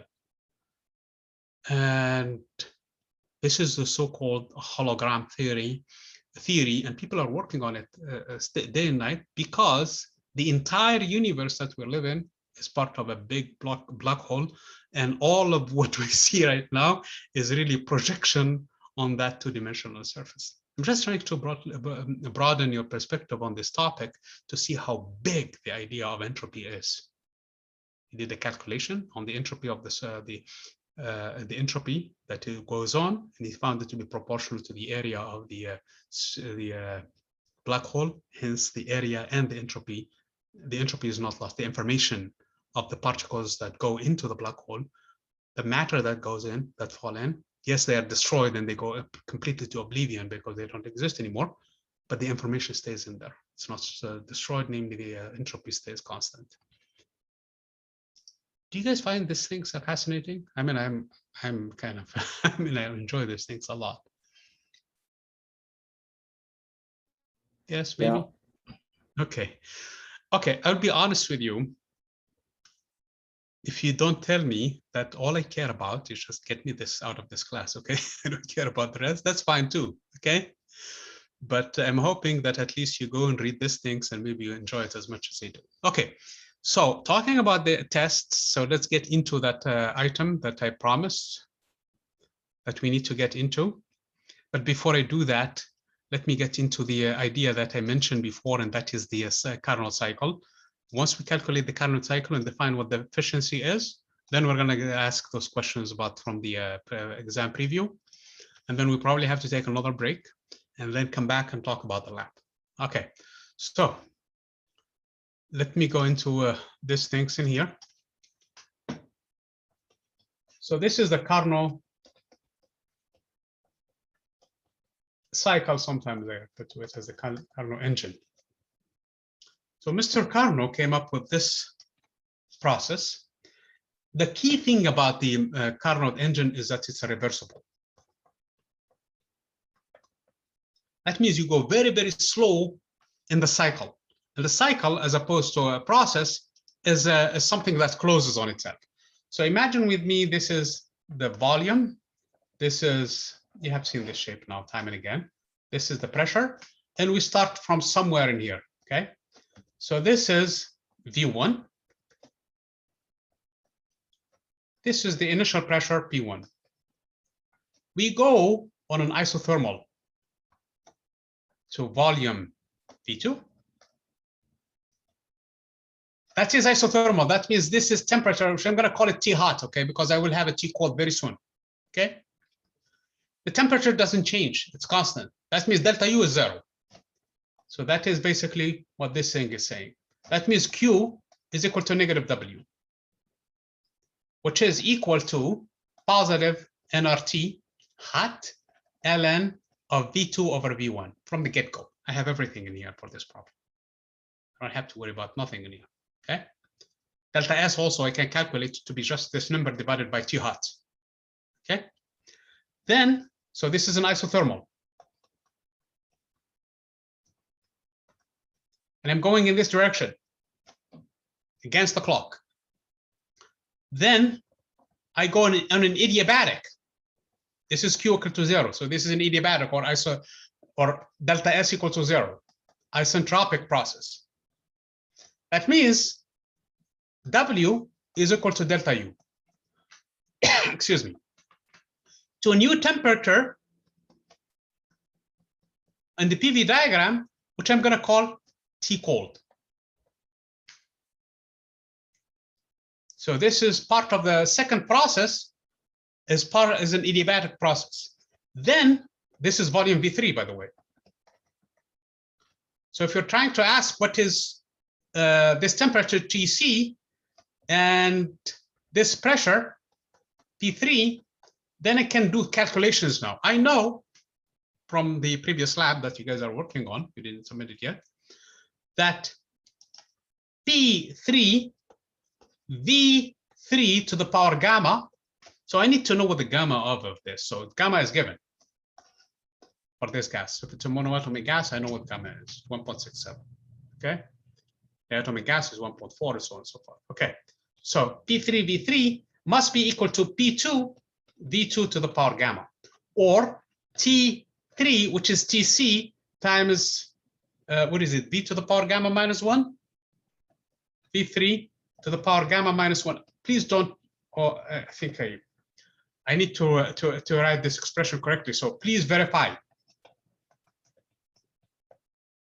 Okay, so P3 is equal to T3 times P3 is equal to nRT3 divided by V3. Yeah, so it's correct. Okay, is equal to T hot times V2 to the power gamma minus 1. Okay, so in other words, if I know what this V2 and what this V3 is, or at least the ratio, then I know what this temperature T hot is in terms of, or T cold is in terms of temperature TC. So I can know this thing. Usually the TC and the T hot are fixed. Okay, they're fixed. So this part of the process now, it's an expansion also. That means W is positive. And it is positive because, no, I'm sorry, W is negative because the temperature went down from up to down. That means that the gas expand, did work against the environment. That's why W is negative. And it went from the graph that I'm showing in here, V2 is less than V3. So that means T hot is more than TC. So that means it won't expand in volume, and in doing so it did work. So it must have lost energy in the form of work because there is no heat process involved in here. Now we're going to go through a compression now stage. We're going to go from V3 to V4. And this time, we're going to go through a compression at constant temperature 2C. So this 2 is actually an isothermal.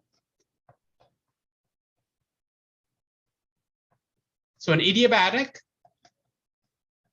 is the second one. So the first one is an isothermal, followed by an adiabatic, followed by, so this is an expansion, isothermal expansion, followed by an adiabatic, fast adiabatic expansion.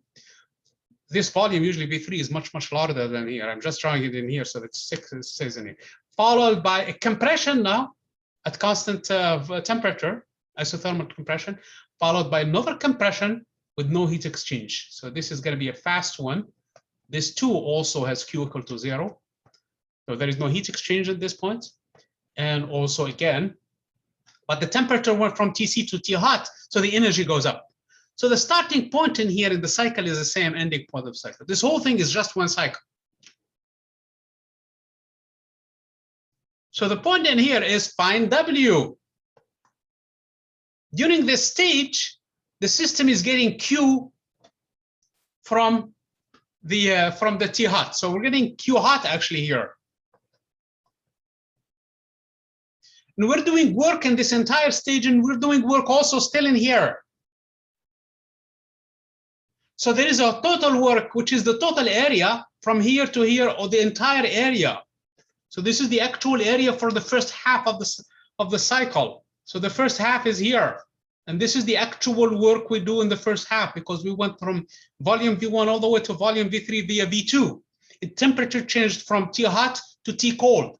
In the first stage, we did work which is exactly equal to the Q hot that we took. But then we did more work in here in this case, which is equal to the cooling of the gas from T hot to T cold. So that actually was done. That happens fast. Then we compress the system. So there is a compressor now that does work on the gas. So it does it at a constant temperature, which means I add energy in the form of work to the gas because I'm compressing it, but the temperature doesn't change. So the gas needs to get rid of that energy. So there is actually a dump of energy in this case in the form of heat that is Q cold. So we add heat in the form of QH. We don't add any more heat, but we still do work when the temperature cools. Then we compress the gas at constant temperature, which is too cold. At that point, there is no change in energy because the temperature doesn't change. So the heat the work that we do against it must go in the form of heat, must escape in the form of heat. So this QC is actually dumped outside in the form of exhaust. Finally, we compress it adiabatically with no exchange of heat, and all of the energy goes to increase the temperature from T cold to TC. So the temperature will go back up to where we started from, so that the initial energy is equal to the final energy. And the work that we do now when we compress the gas goes actually to heat it up. And we start from where we start from, T hot. So if you ask me what happened to the entire energy of the gas, I tell you from the entire cycle, delta U is equal to 0. regardless. You go from the entire cycle, delta U is 0. It's state variable. So your starting point is your ending point, so delta U is 0. What happened to the entropy? Delta S also is equal to 0. It's state variable. The final entropy is the same as the initial entropy. There was no entropy change in here. There was no entropy change in here too, but there is an increase in entropy in here. And there is also a decrease in entropy in here when we compressed it. And those two, they will equal one another so that the process is equal to 0. Now, the reason why this is true is because we're doing this process slowly. We're assuming the following. Each stage, we're doing the process in a reversible fashion, meaning if I change the pressure by this much and the volume by this much, it has to be slow and small so that if I go back, I recover back my initial state. Obviously, this is not practical. All of the engines really need to happen fast. This is the problem with the kernel cycle. It is reversible, which means the entropy at the end is the same as the beginning, and there is no heat losses and anything else in this case. Now, you ask, what is the overall net gain of heat? How much heat did we gain from the entire cycle? We got QH, but we dumped QC. So this is the Q that we got from the system. Well, I know in this case that delta U is equal to 0, and it's equal to, for the entire cycle, of course, Q plus W. So W algebraically should be equal to minus Q.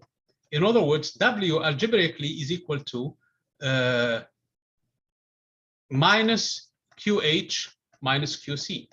The reason why I'm putting it in this way is because I know that this number is going to be a negative number, meaning in this cycle, which is counterclockwise cycle, clockwise cycle, I'm sorry, W is going to be negative because if I calculate an area this way, it's going to be a negative area.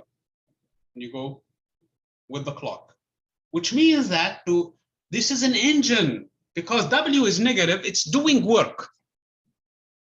So since W is negative,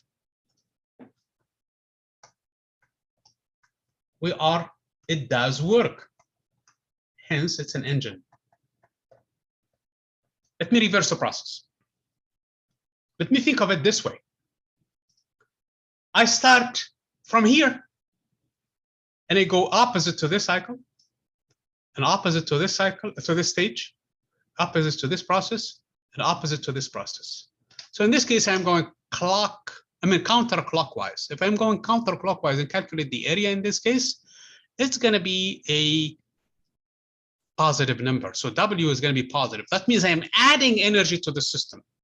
And it's going to work this way then. If I'm moving this way, I'm actually not dumping heat, but I'm extracting heat from this cold source, which is sitting at TC. So I'm extracting heat in this case in the form of QC. And I'm dumping QH to the environment, which is hot. This is how refrigerators work. So a refrigerator, or a heat pump in this case, is taking heat from the cold source and dumping it to the external process, which is hotter. So the fact that I went this way is similar to this one going that way, where I extracted heat from the hot source and did work. This one, actually, I'm doing work to extract heat from the cold source. So in the opposite, because if I calculate in the opposite cycle, where W was positive, that means I'm adding energy to the system anyway. That's what means W is positive. Remember, delta U is still equal to, which is 0 still, even for that cycle, because my starting point is the same thing as my ending point, which is W plus Q. Since W now is positive, Q better be negative. Okay? Q is negative, that means I'm extracting heat and making things colder. Okay? That's exactly how the AC unit or the refrigerator works. So if I go in a cycle,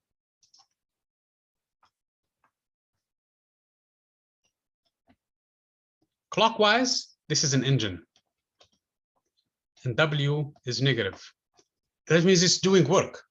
I'm losing energy in terms of work. So I'm doing work with it, okay? I have to extract heat from the hot source and get rid of heat to the cold source, okay? If I do it the opposite, let me work it with this different color, that's all. In that case, I have a heat pump. And W is going to be positive. And in this case, I'm extracting heat actually from the cold source and dumping to the hot source. So in a net thing, in this case, but I need to add work in this case to do this works so that it works. Okay. So I'm going to call the efficiency now of the engine E. The efficiency, by definition, E, this is for an engine, okay? E is equal to the amount of work in absolute value divided by how much heat I need to extract from that. So this is really what I use the engine for, is to do work. How much heat really do I get out of it if I take this much heat from the hot source? In other words, if I dump nothing at all, then in this case, if QC is equal to 0, which is not possible, then W is equal in absolute value to QH, which means I have a 100% efficient engine. But that's not possible. So let me write it again, the efficiency in a different fashion. The efficiency can be written. This one, the work is just the difference between the QH minus QC in a algebraic form divided by QCH. I'm taking everything in absolute values because of the fact that this is what work is. It's actually equal to QH in absolute value. Take the this one in here, the minus becomes positive. It's QH minus QC. So in this case, the efficiency, which is the work divided by QH, and this is what the work is. In other words, the efficiency is going to always be equal to 1 minus QC over QH. Here is where the calculation becomes a little bit of fun. So let's find what QC is. Well, QC in absolute value is equal to NRTC ln of V4 over V3.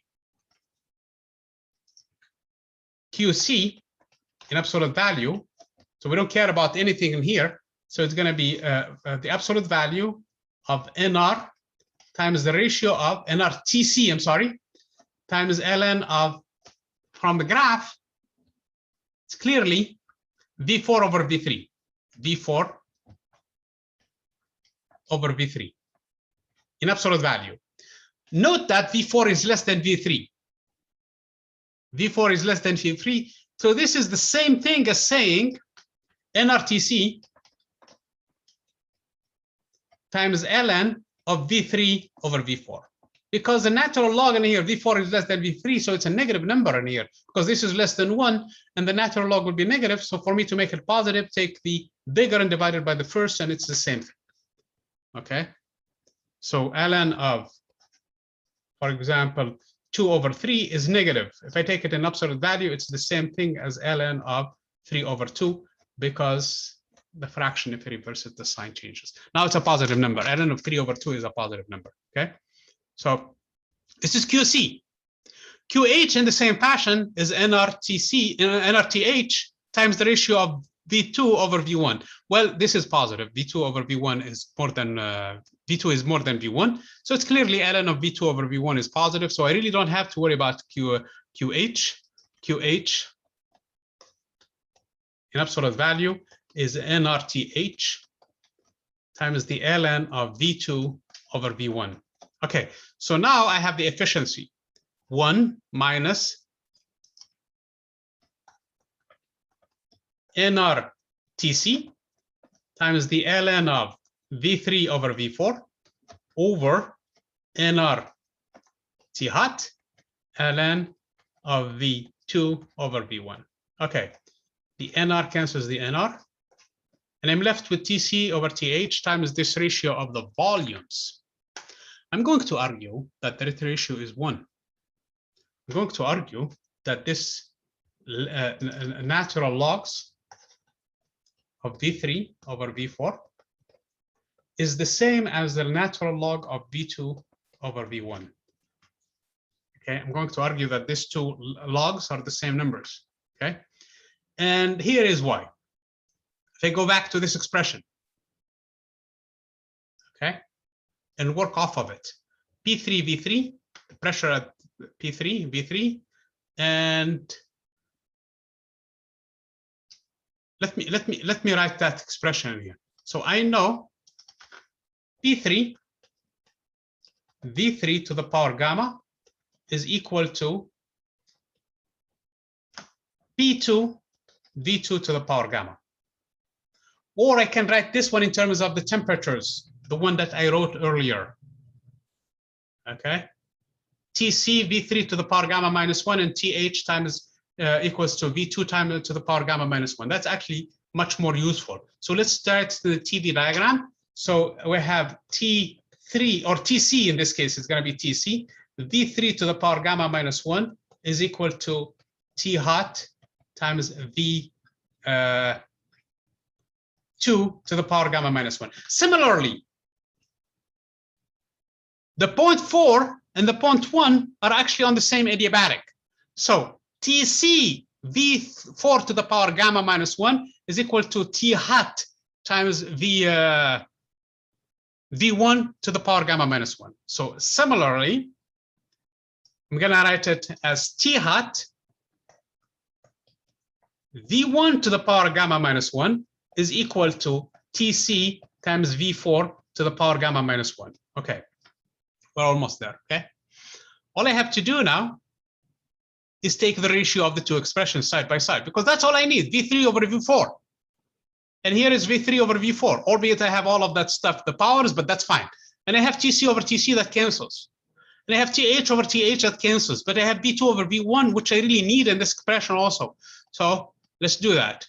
So what I'm saying in here is that V3 over V4 to the same power, which is gamma minus 1. Okay, because I already did the ratio here. When I do the ratios, these two terms cancel quickly. So the Tc from both sides cancel. The same thing is going to happen with the Th in here. So it's going to cancel. So at the end is equal to V2 over V1 to the power gamma minus 1. Now, if I take the natural log of this expression, remember gamma is more than 1 all the time. Gamma is equal to Cp over Cv. And Cp is equal to Cv plus R over Cv. So it's always equal to 1 plus R over Cv. So gamma minus 1 is equal to R over Cv. So this number is a positive number always. So I don't have to worry about it when I take the natural log. So it's going to be a natural log. So I'm going to take gamma minus 1 times the natural log of V3 over V4.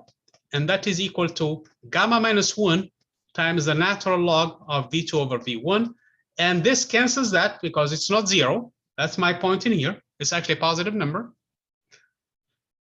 And regardless of what the gas is, then ln of V3 over V4 is the same as ln of V2 over V2, V2 over V1, and that is exactly what I wanted to show. So these two terms are the same. So these two ratios are the same. I mean, the two ln's are the same, so they cancel out. And the efficiency at the end of the day will be boiled down to E is equal to 1 minus Tc over Th. Very simple and neat for Carnot engine. Okay, this is the efficiency of the Carnot engine. Okay, this is how efficient it is. So let me take an example. Okay, let's say, for example, an engine operating between room temperature and the boiling temperature, like for example, the old days engines that run out of steam. Okay, so a steam engine, for example. Okay, so in that case, Tc is equal to, here is where the mistake can happen. Okay, it's not 20 degrees, it's 20 plus 273, so it's 293. Okay, and T hot is equal to, again, 100 degrees plus 273, that is 373. So in this case, the efficiency of this Carnot engine, if it's running on Kernel cycle, is going to be equal to 1 minus 293 over 353. You do the calculator quickly here. Where is my calculator? Do I have a calculator open? Yes, I do. So it's going to be 293 over 353 subtracted from 1. I need 1 before it. 1 minus this stuff. So it's going to give me 17% basically efficiency. So the engine, any other engine that is running a train between these two temperatures will not be as efficient as this one. They will be less than 17%. Let's prove that, okay? Let's prove that indeed this is the most efficient engine.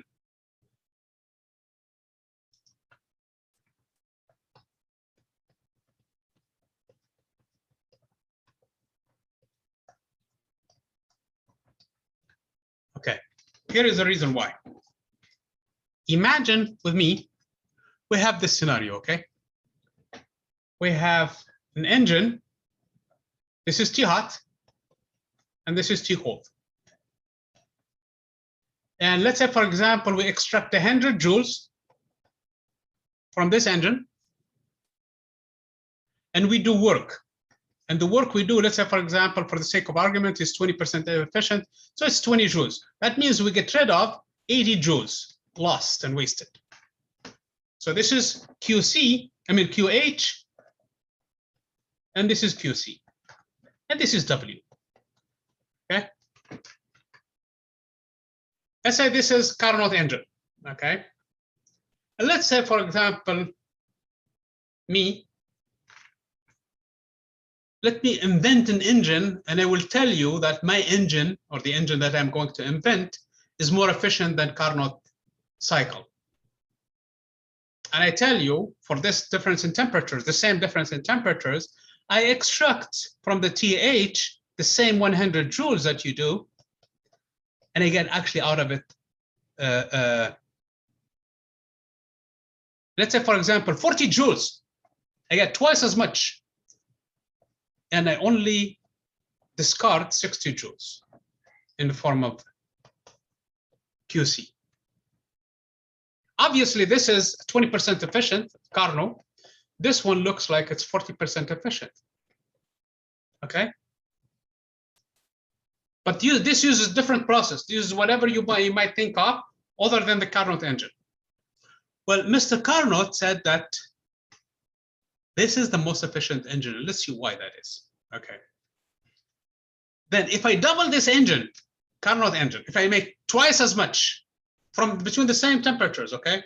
Basically more pipes and more whatever rooms in there where I burn the fuel, whatever I want to do. So basically double this engine. So in this case, what I can do for this engine, I can take from the same temperature TH and the same temperature T cold. This does not change.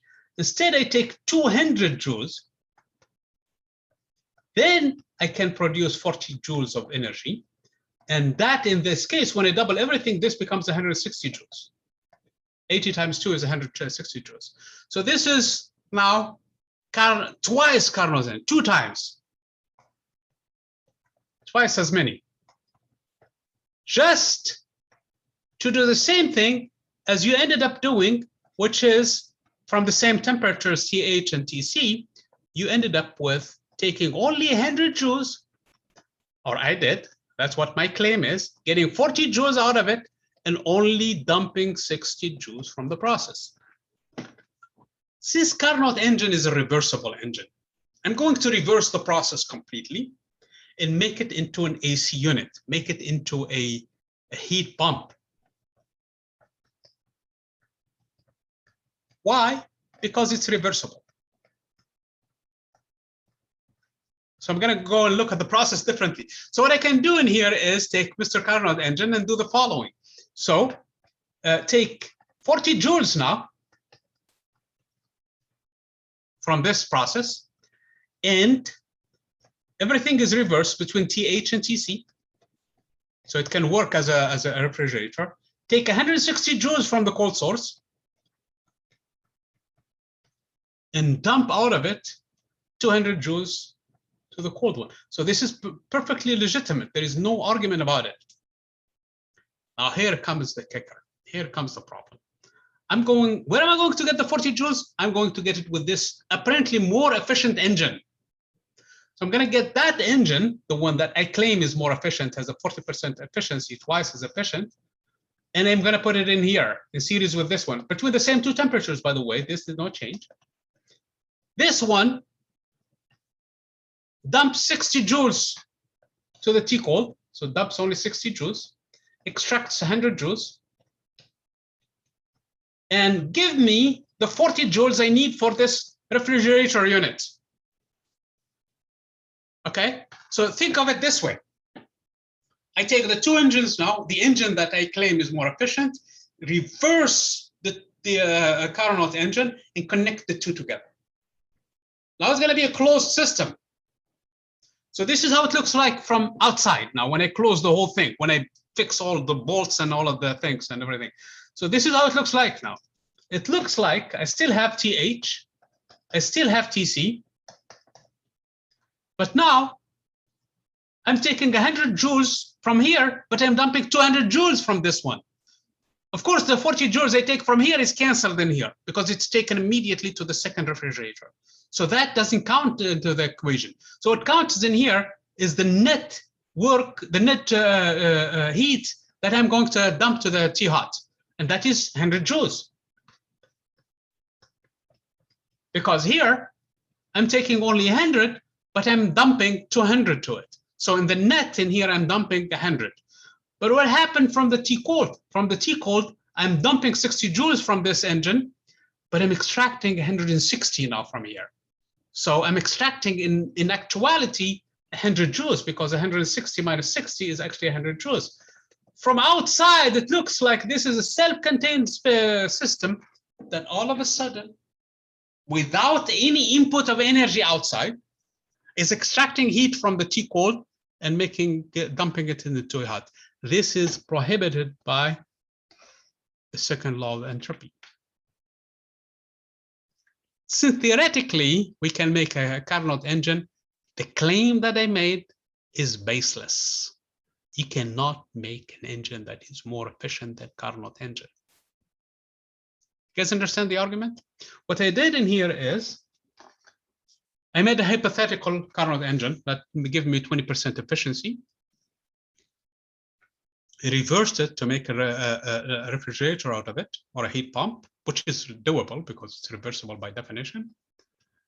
And then any claim that can get me more efficiency can be basically canceled by this effect, by taking heat basically with no energy added from the cold source and dumping it in the hot source, and this is prohibited by the second law of thermodynamics. Hence, Carnot engine is the most efficient engine. You see the end argument?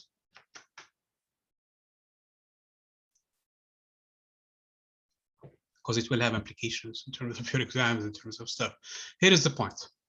You'll be given different cycles, all kinds of cycles that involve 1, 2, 3 different temperatures all the way through, okay? And you're asked at some point, compare this engine to the Carnot engine.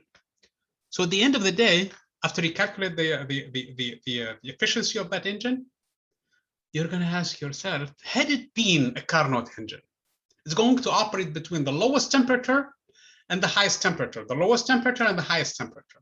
So whatever the lowest temperature is, that is the TC. So it can have 3 temperatures, it can have 4 temperatures for all we care, because it depends on the processes. So you could have isothermal in here, and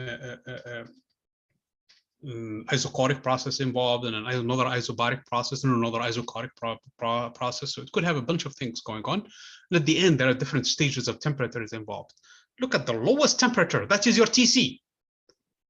Look at your highest temperature, that is your T hot. And 1 minus TC over T hot, that is actually the efficiency had it been a Carnot engine. You should find that the efficiency of that engine is less than that of Carnot cycle all the time. So if somebody comes to you and claims that, hey, I have this engine operating with these two temperatures, and I have got this much efficiency out of it, easy to check if he's wrong. Of course, you cannot check if it's right that easy, but you can check if that person is wrong. Just calculate the ratio of the 2 temperatures measured in Kelvin, subtracted from 1, and see, does this number, is this number the one that he claimed for the efficiency? Does it make sense or not? If it doesn't make sense, then in this case, you're off the hook. Tell him, hey, that can't be, because this would be more efficient than a Carnot engine if the Carnot engine were to operate between these two temperatures. So that is basically what the argument for it is.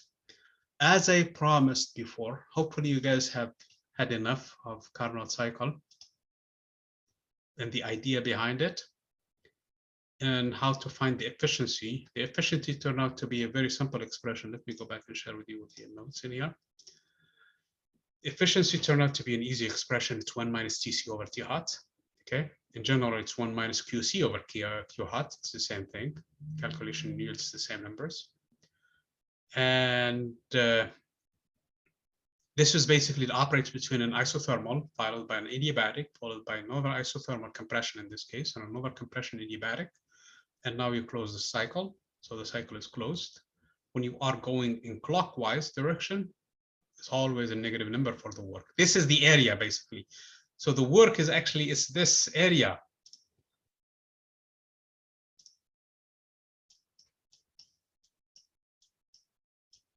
That's W for you, which is the difference between this QH and QC. That is the first law of thermodynamics. There is no Q in here. There is no Q in here. But there's QH and there's QC. That's all there is. And since delta U is equal to 0, then W, the net W, not this W only. This W is nRT ratio of the two volumes with a negative sign in front of it. This W is some value in here that you can calculate, NCV delta T if you want to. Okay. This W in here is different ratio of volumes and a different temperature. This W in here is a different value, but at the end of the day, it's just QC, H minus QC. Okay. So as I promised, let me see if I can open the class, go into the classroom. No, that's not it. And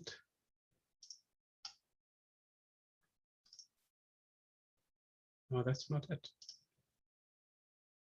No, actually, it's in this browser. Okay.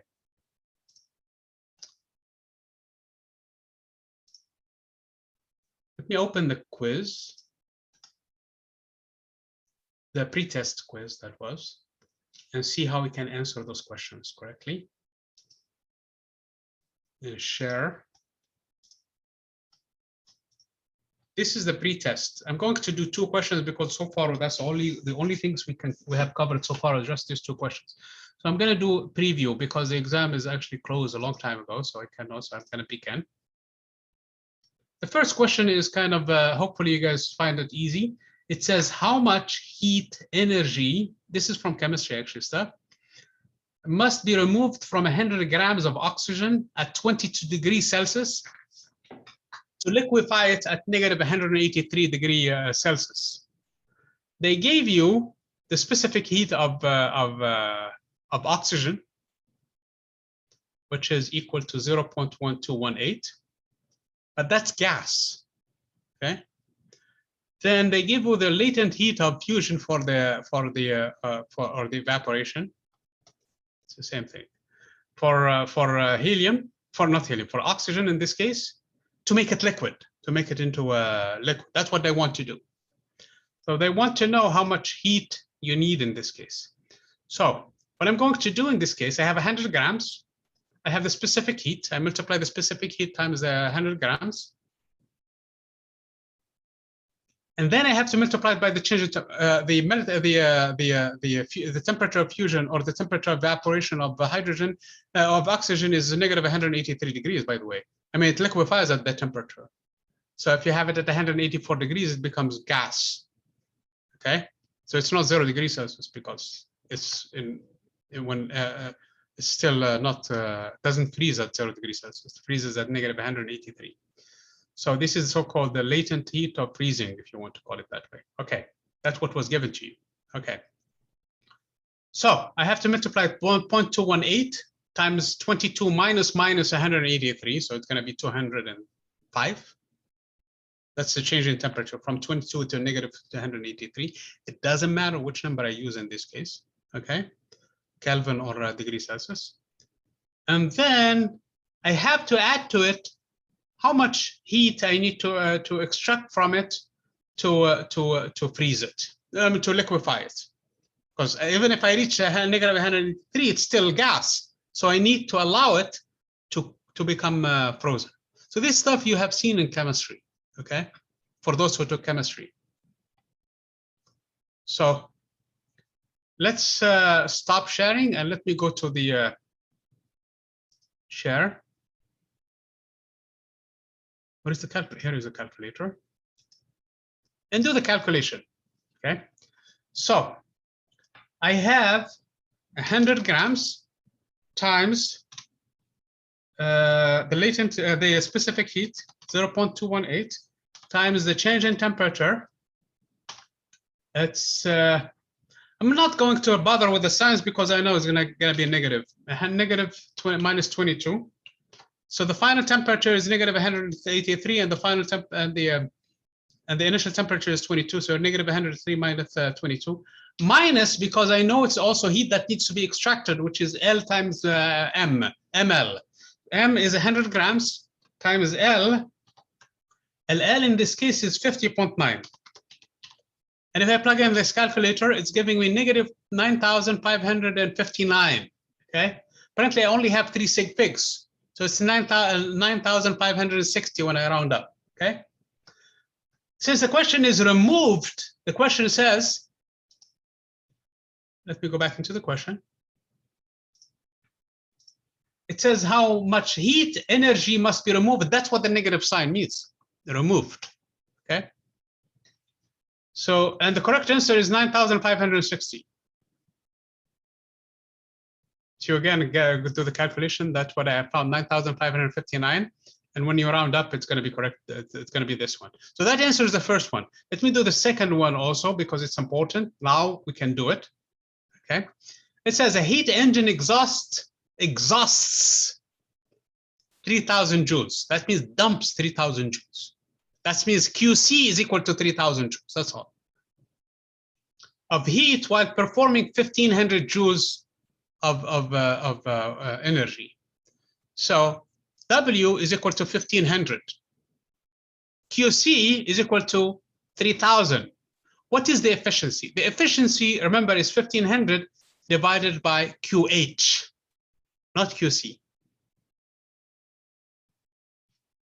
How much is QH? Well, W is the difference between QH and QC. In other words, 1,500 is the difference between 3,000 and something else. Something minus 3,000 is equal to 1,500, and that is 4,500. You guys understand this? Make sense? Why QH is 4,500? Here is the thing. We take 4,500 from the hot source. We do 1,500 of work, and we exhaust, we dump 3,000. That's basically what this means. So the efficiency should be 1,500 divided by 4,500, or 15 divided by 45, which is 1/3. That is the correct answer. Make sense? Question? That makes sense. Okay, very good. So basically what this problem is asking you, it tells you that if we exhaust, if we dump basically 3,000 joules and we do 1,500 joules of energy, what is the efficiency? Then you need to find QH. So we must have borrowed 4,500 from the Q hot to be able to dump 3,000 and also do work for 1,500. So with the thing that we borrowed is 4,500. Now divide 15 by 45, that is 1/3. So those are the only two questions so far we can talk about. So if I look at the next question, the next question talks about a nuclear bomb releases 1 megajoules of energy. How much mass does this represent? And that uses actually another expression called mc squared, E equals to mc squared. And that we will do when we get into it, when we get next time, and basically to stuff related to it. Quite a few things today we did, didn't we? And I know one of you guys, she gave up already. Okay, what do you guys feel? Should we move on to the lab? Yeah, we can move on. Sorry? I don't mind moving on. Okay. How about you, Nailish?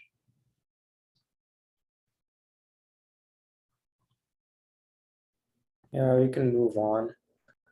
Okay, So let me go into the models and pick up the lab, because it's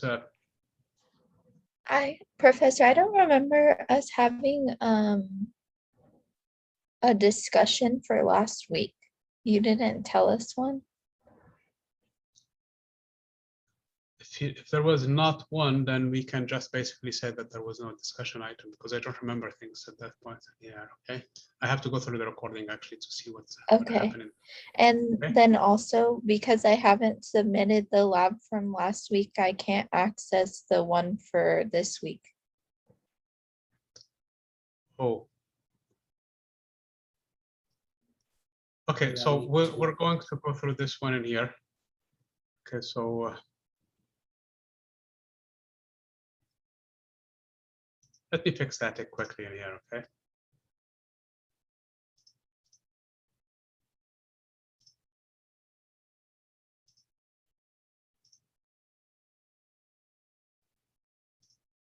Now it should be fine.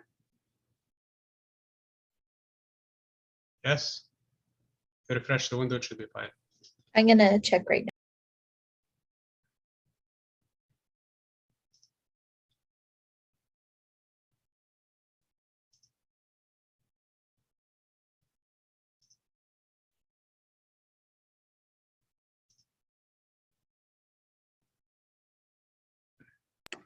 For me, it still has it locked.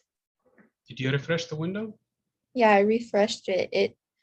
When whatever you did, it just opened it says September 9th session, and then under Okay, it says, probably the stuff in it still has to be completed in sequence or something like that. You might need to do things in the, okay, let me can check this thing in here. because in my other classes, when we did it on Canvas, like everything was open the week we were gonna do it. So like it shouldn't matter what order you do it. Well, sometimes, okay, hold on, let me remove. So it's asking you to submit the discussion item and submit. So let me remove this thing in here.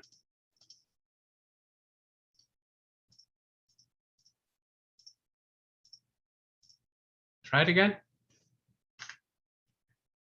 Refresh the window and try it again. It worked now. Okay, so let me And get into. did you, or Go I ahead. wasn't sure if I didn't hear you yet. Did you say what the discussion for this week was gonna be already? It's the stating of the second law of thermodynamics. Okay. Okay.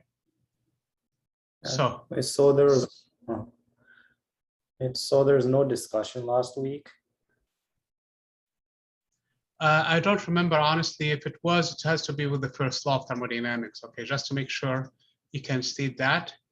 But let me. I need to go through it because usually that's the main things for the discussions. Usually it's these things. Okay. So let me get back into the Zoom.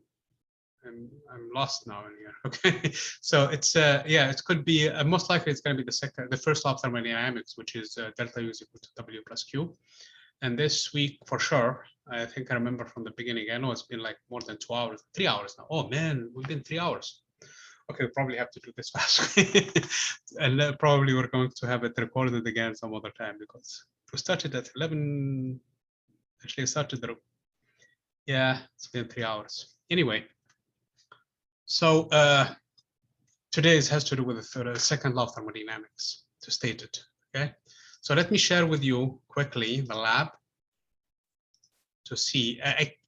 I'm gonna try to do it quick, but it's gonna be a long lab, okay? And this lab is preparing you for the exam so that you know. So let me stop sharing and let me share again because I moved it to the other screen. Sometimes things happen bad in here when I do that. So again, it's about heat engines, okay? We're going to state the objective in here. We're going to calculate the different parameters, the energies, the entropy, everything, okay? The efficiency, which is the main thing in here. And it's giving you a setup in here for the problems. They're giving you a setup on how you convert things. First of all, the pressure is measured in joules per cubic centimeter, not in Pascal. So these numbers are the same thing in here. So you have to pay attention to the units. And the temperatures are always TC and TH is 400 and 300 Kelvin. 300 is room temperature. Remember, 293 is about 20 degrees Celsius. Add to it about 7 degrees is about room temperature. Okay, 300 Kelvin. 400 Kelvin is about 300. It's about basically a little over 100 degrees Celsius. Okay, so these are typical numbers for these problems. You asked me earlier about the meeting tomorrow. Alexis, I cannot meet with you tomorrow between 10 and 12. So if you want to meet tomorrow, it has to be before 10, way before 10, or after the afternoon. I just received the confirmation about what you talked about earlier. Okay. Okay. I'll email you, but probably later in the day would be better because I have other classes tomorrow. So again, this is the stuff I've been talking about in terms of this is an engine going clockwise. If you go counterclockwise, it's a heat pump. The fact that the highest temperature is TH, the lowest temperature is TC, and that is how you find your efficiency had it been a Carnot engine. So please read all of these things. It's not too different from what we've been talking about today. This lab uses the minus. I've been talking and using all along the plus, okay? Hopefully you're not confused about this one in here. This is what I've been describing in here. The efficiency is a W net divided by the Qn, which is a Q from the hot source. That is what the efficiency is. The symbol in here is epsilon.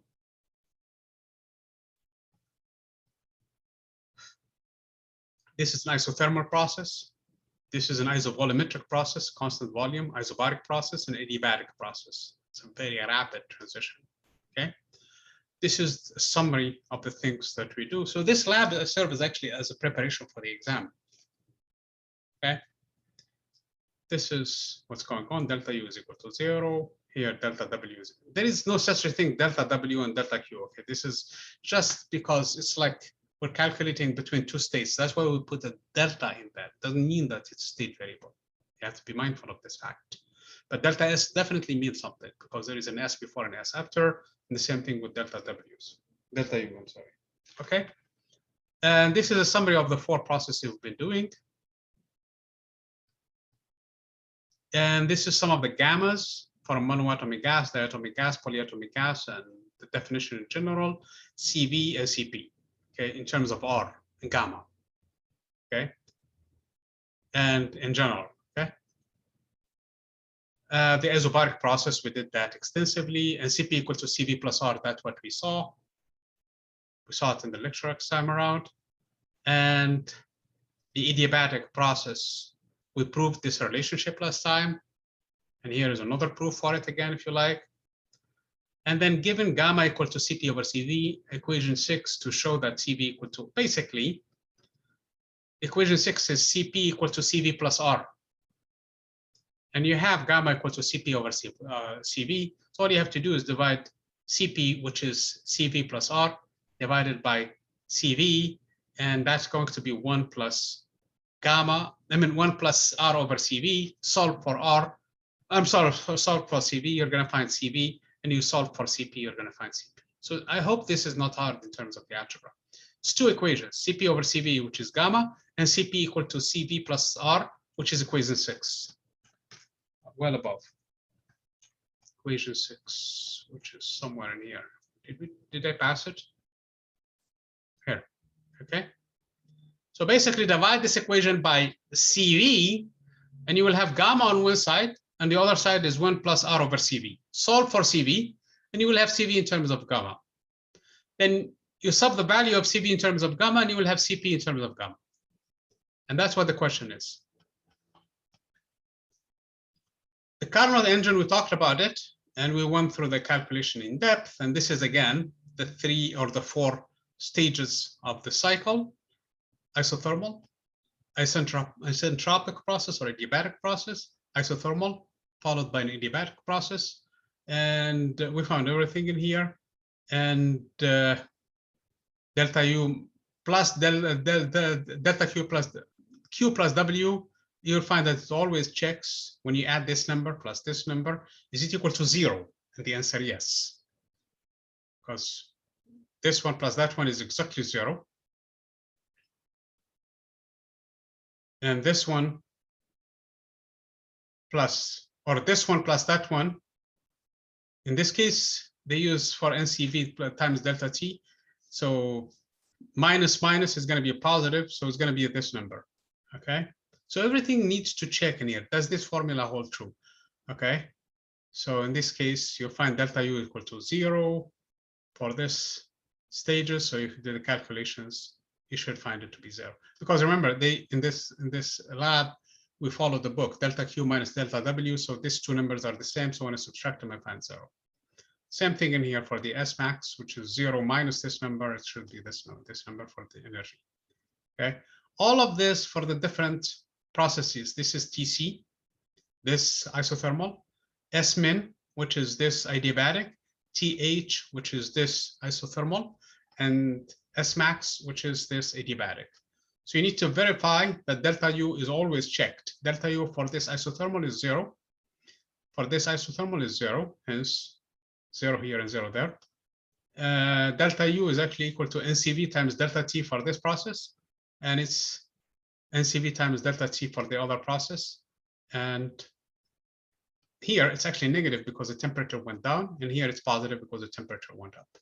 So this is what kept constant, which process you are in the cycle. Okay. For the net, it should be 0, of course, because you go through the entire cycle. And that is where the W, which is the network in this case, this is the Q in, this is the Q out. And does it check? Of course it does. So this is an example of how the calculations are carried out. And again, we're now going through the calculation to find the efficiency, which we already found. And if we plug in the numbers for TH and TC from this table, remember TH is 400. They tell you TH is 400 and TC is 300. 400 minus 300, that's 100 divided by 400. So it's not the same numbers I used. I used 80 and 20 or something like that. So for my examples, but this one uses 400 Kelvin and this is 200 Kelvin. I mean 100 Kelvin. 300 and 400. I'm sorry. So this is 400 minus 300. That's 100 divided by 400. That's 25% efficiency. Okay.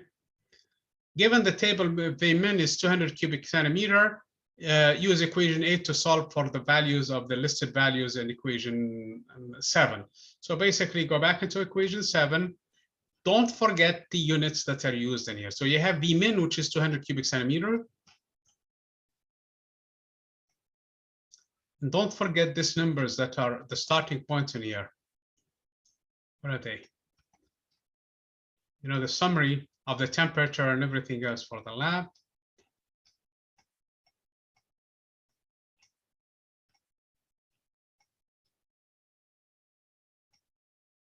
Here.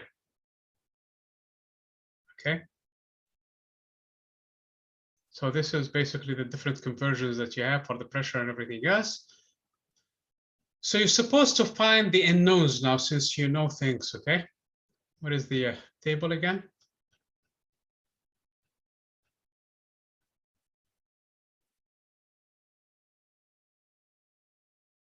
Since we know what TC is, what TH is, we should be able to find all of the unknowns if we know at least one of the volumes, okay? So we can plug in, we have gamma. Did they give you gamma? You probably need to read more about it because honestly, I'm getting a little bit tired. So hopefully you guys can read through it. If you find any difficulty, please let me know. I will go in detail more about it. And this is the auto engine. This is the one used for cars. This is another example, okay? So for cars, you have an adiabatic followed by an isochoric or isovolumetric process, compression, loss of, decrease in pressure, followed by compression now, with no heat exchange, okay, Q equal to 0, followed by an increase in pressure now, or increase in temperature at constant volume. So this is the auto engine that is used in cars. That's actually a 4-process cycle. And again, you can fill in the blanks also there. And you can use these equations to show that. So now this is the compression rate. It's characterized by the compression rate. The compression rate is the ratio of these two volumes. This is how big the inside the car, you know, the volume in the piston compresses to a very small volume and then expands to the maximum that it is allowed in the piston. That is the compression rate that characterizes the vehicles. Okay, the ratio of the two volumes.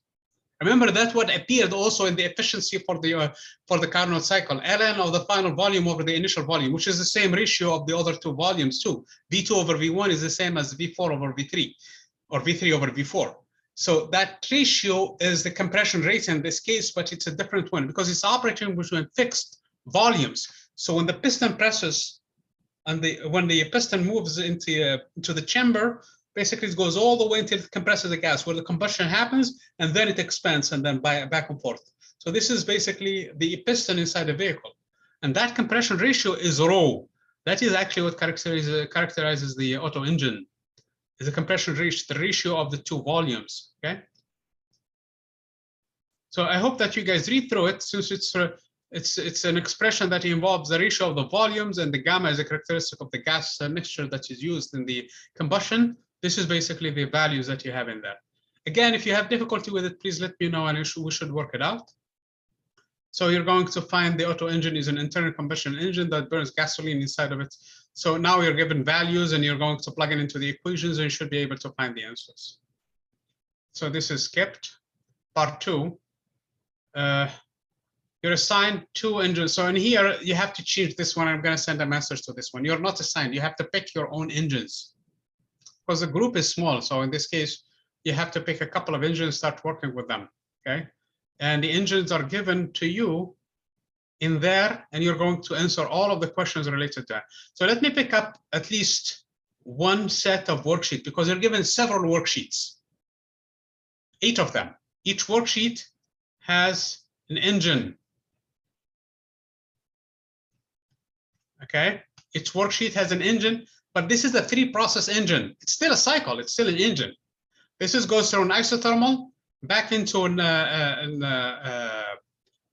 isobaric, and then an isovolumetric process, okay?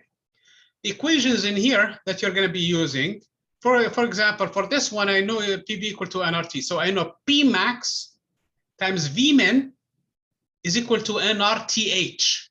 And I also know that P min times V max is equal to also nRTH.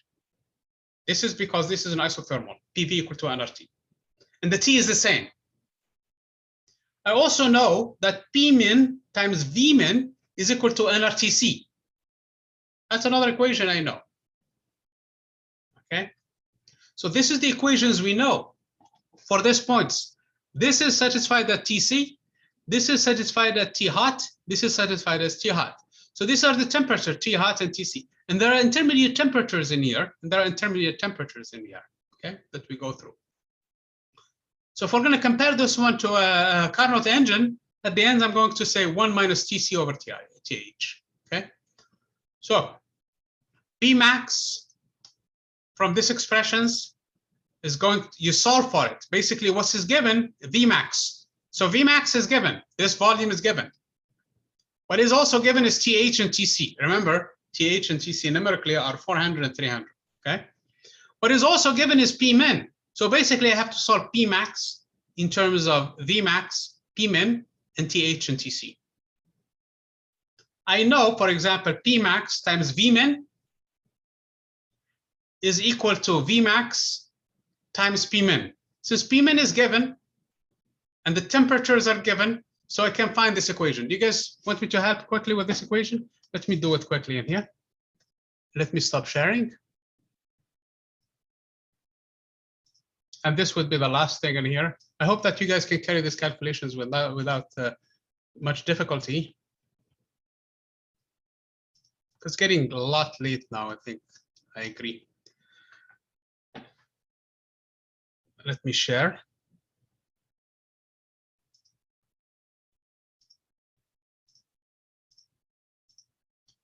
Okay, so if I look at that diagram, I know that V min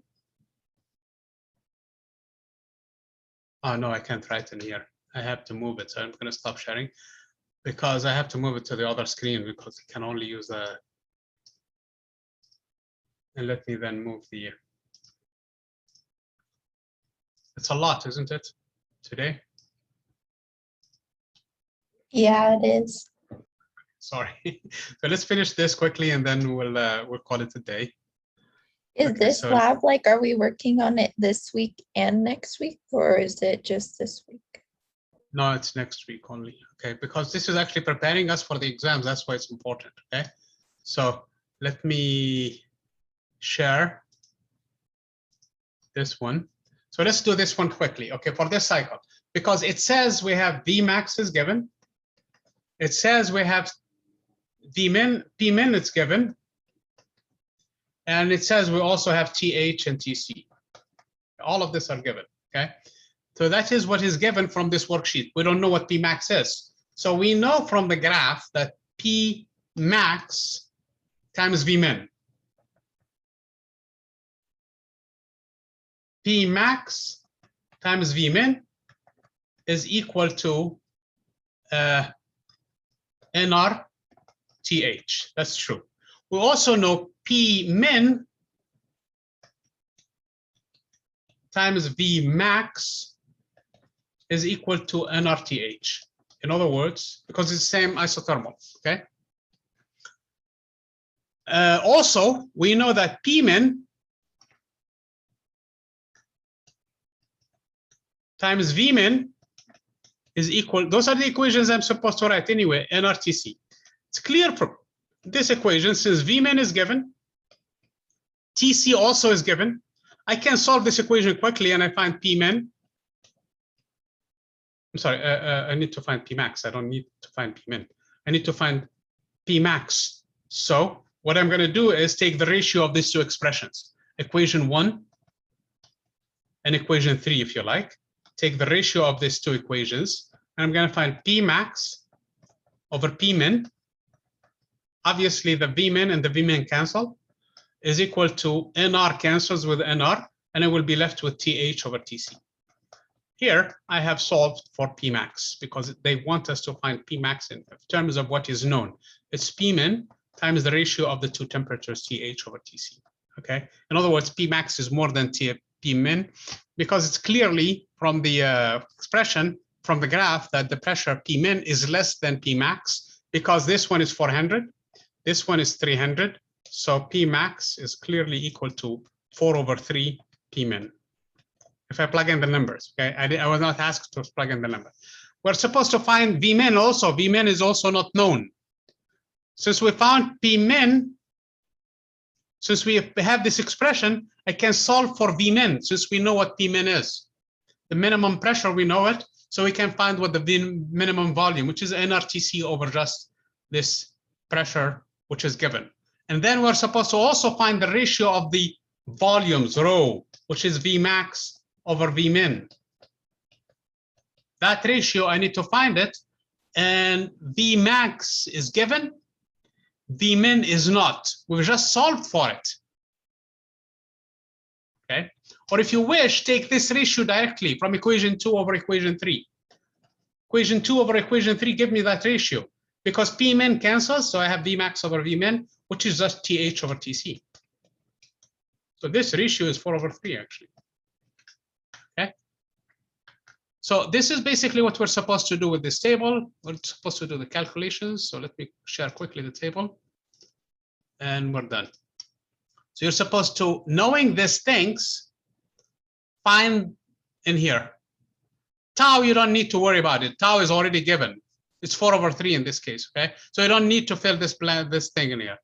But all of these things, you can find them. You can find n, because at some point n, you need to find it too.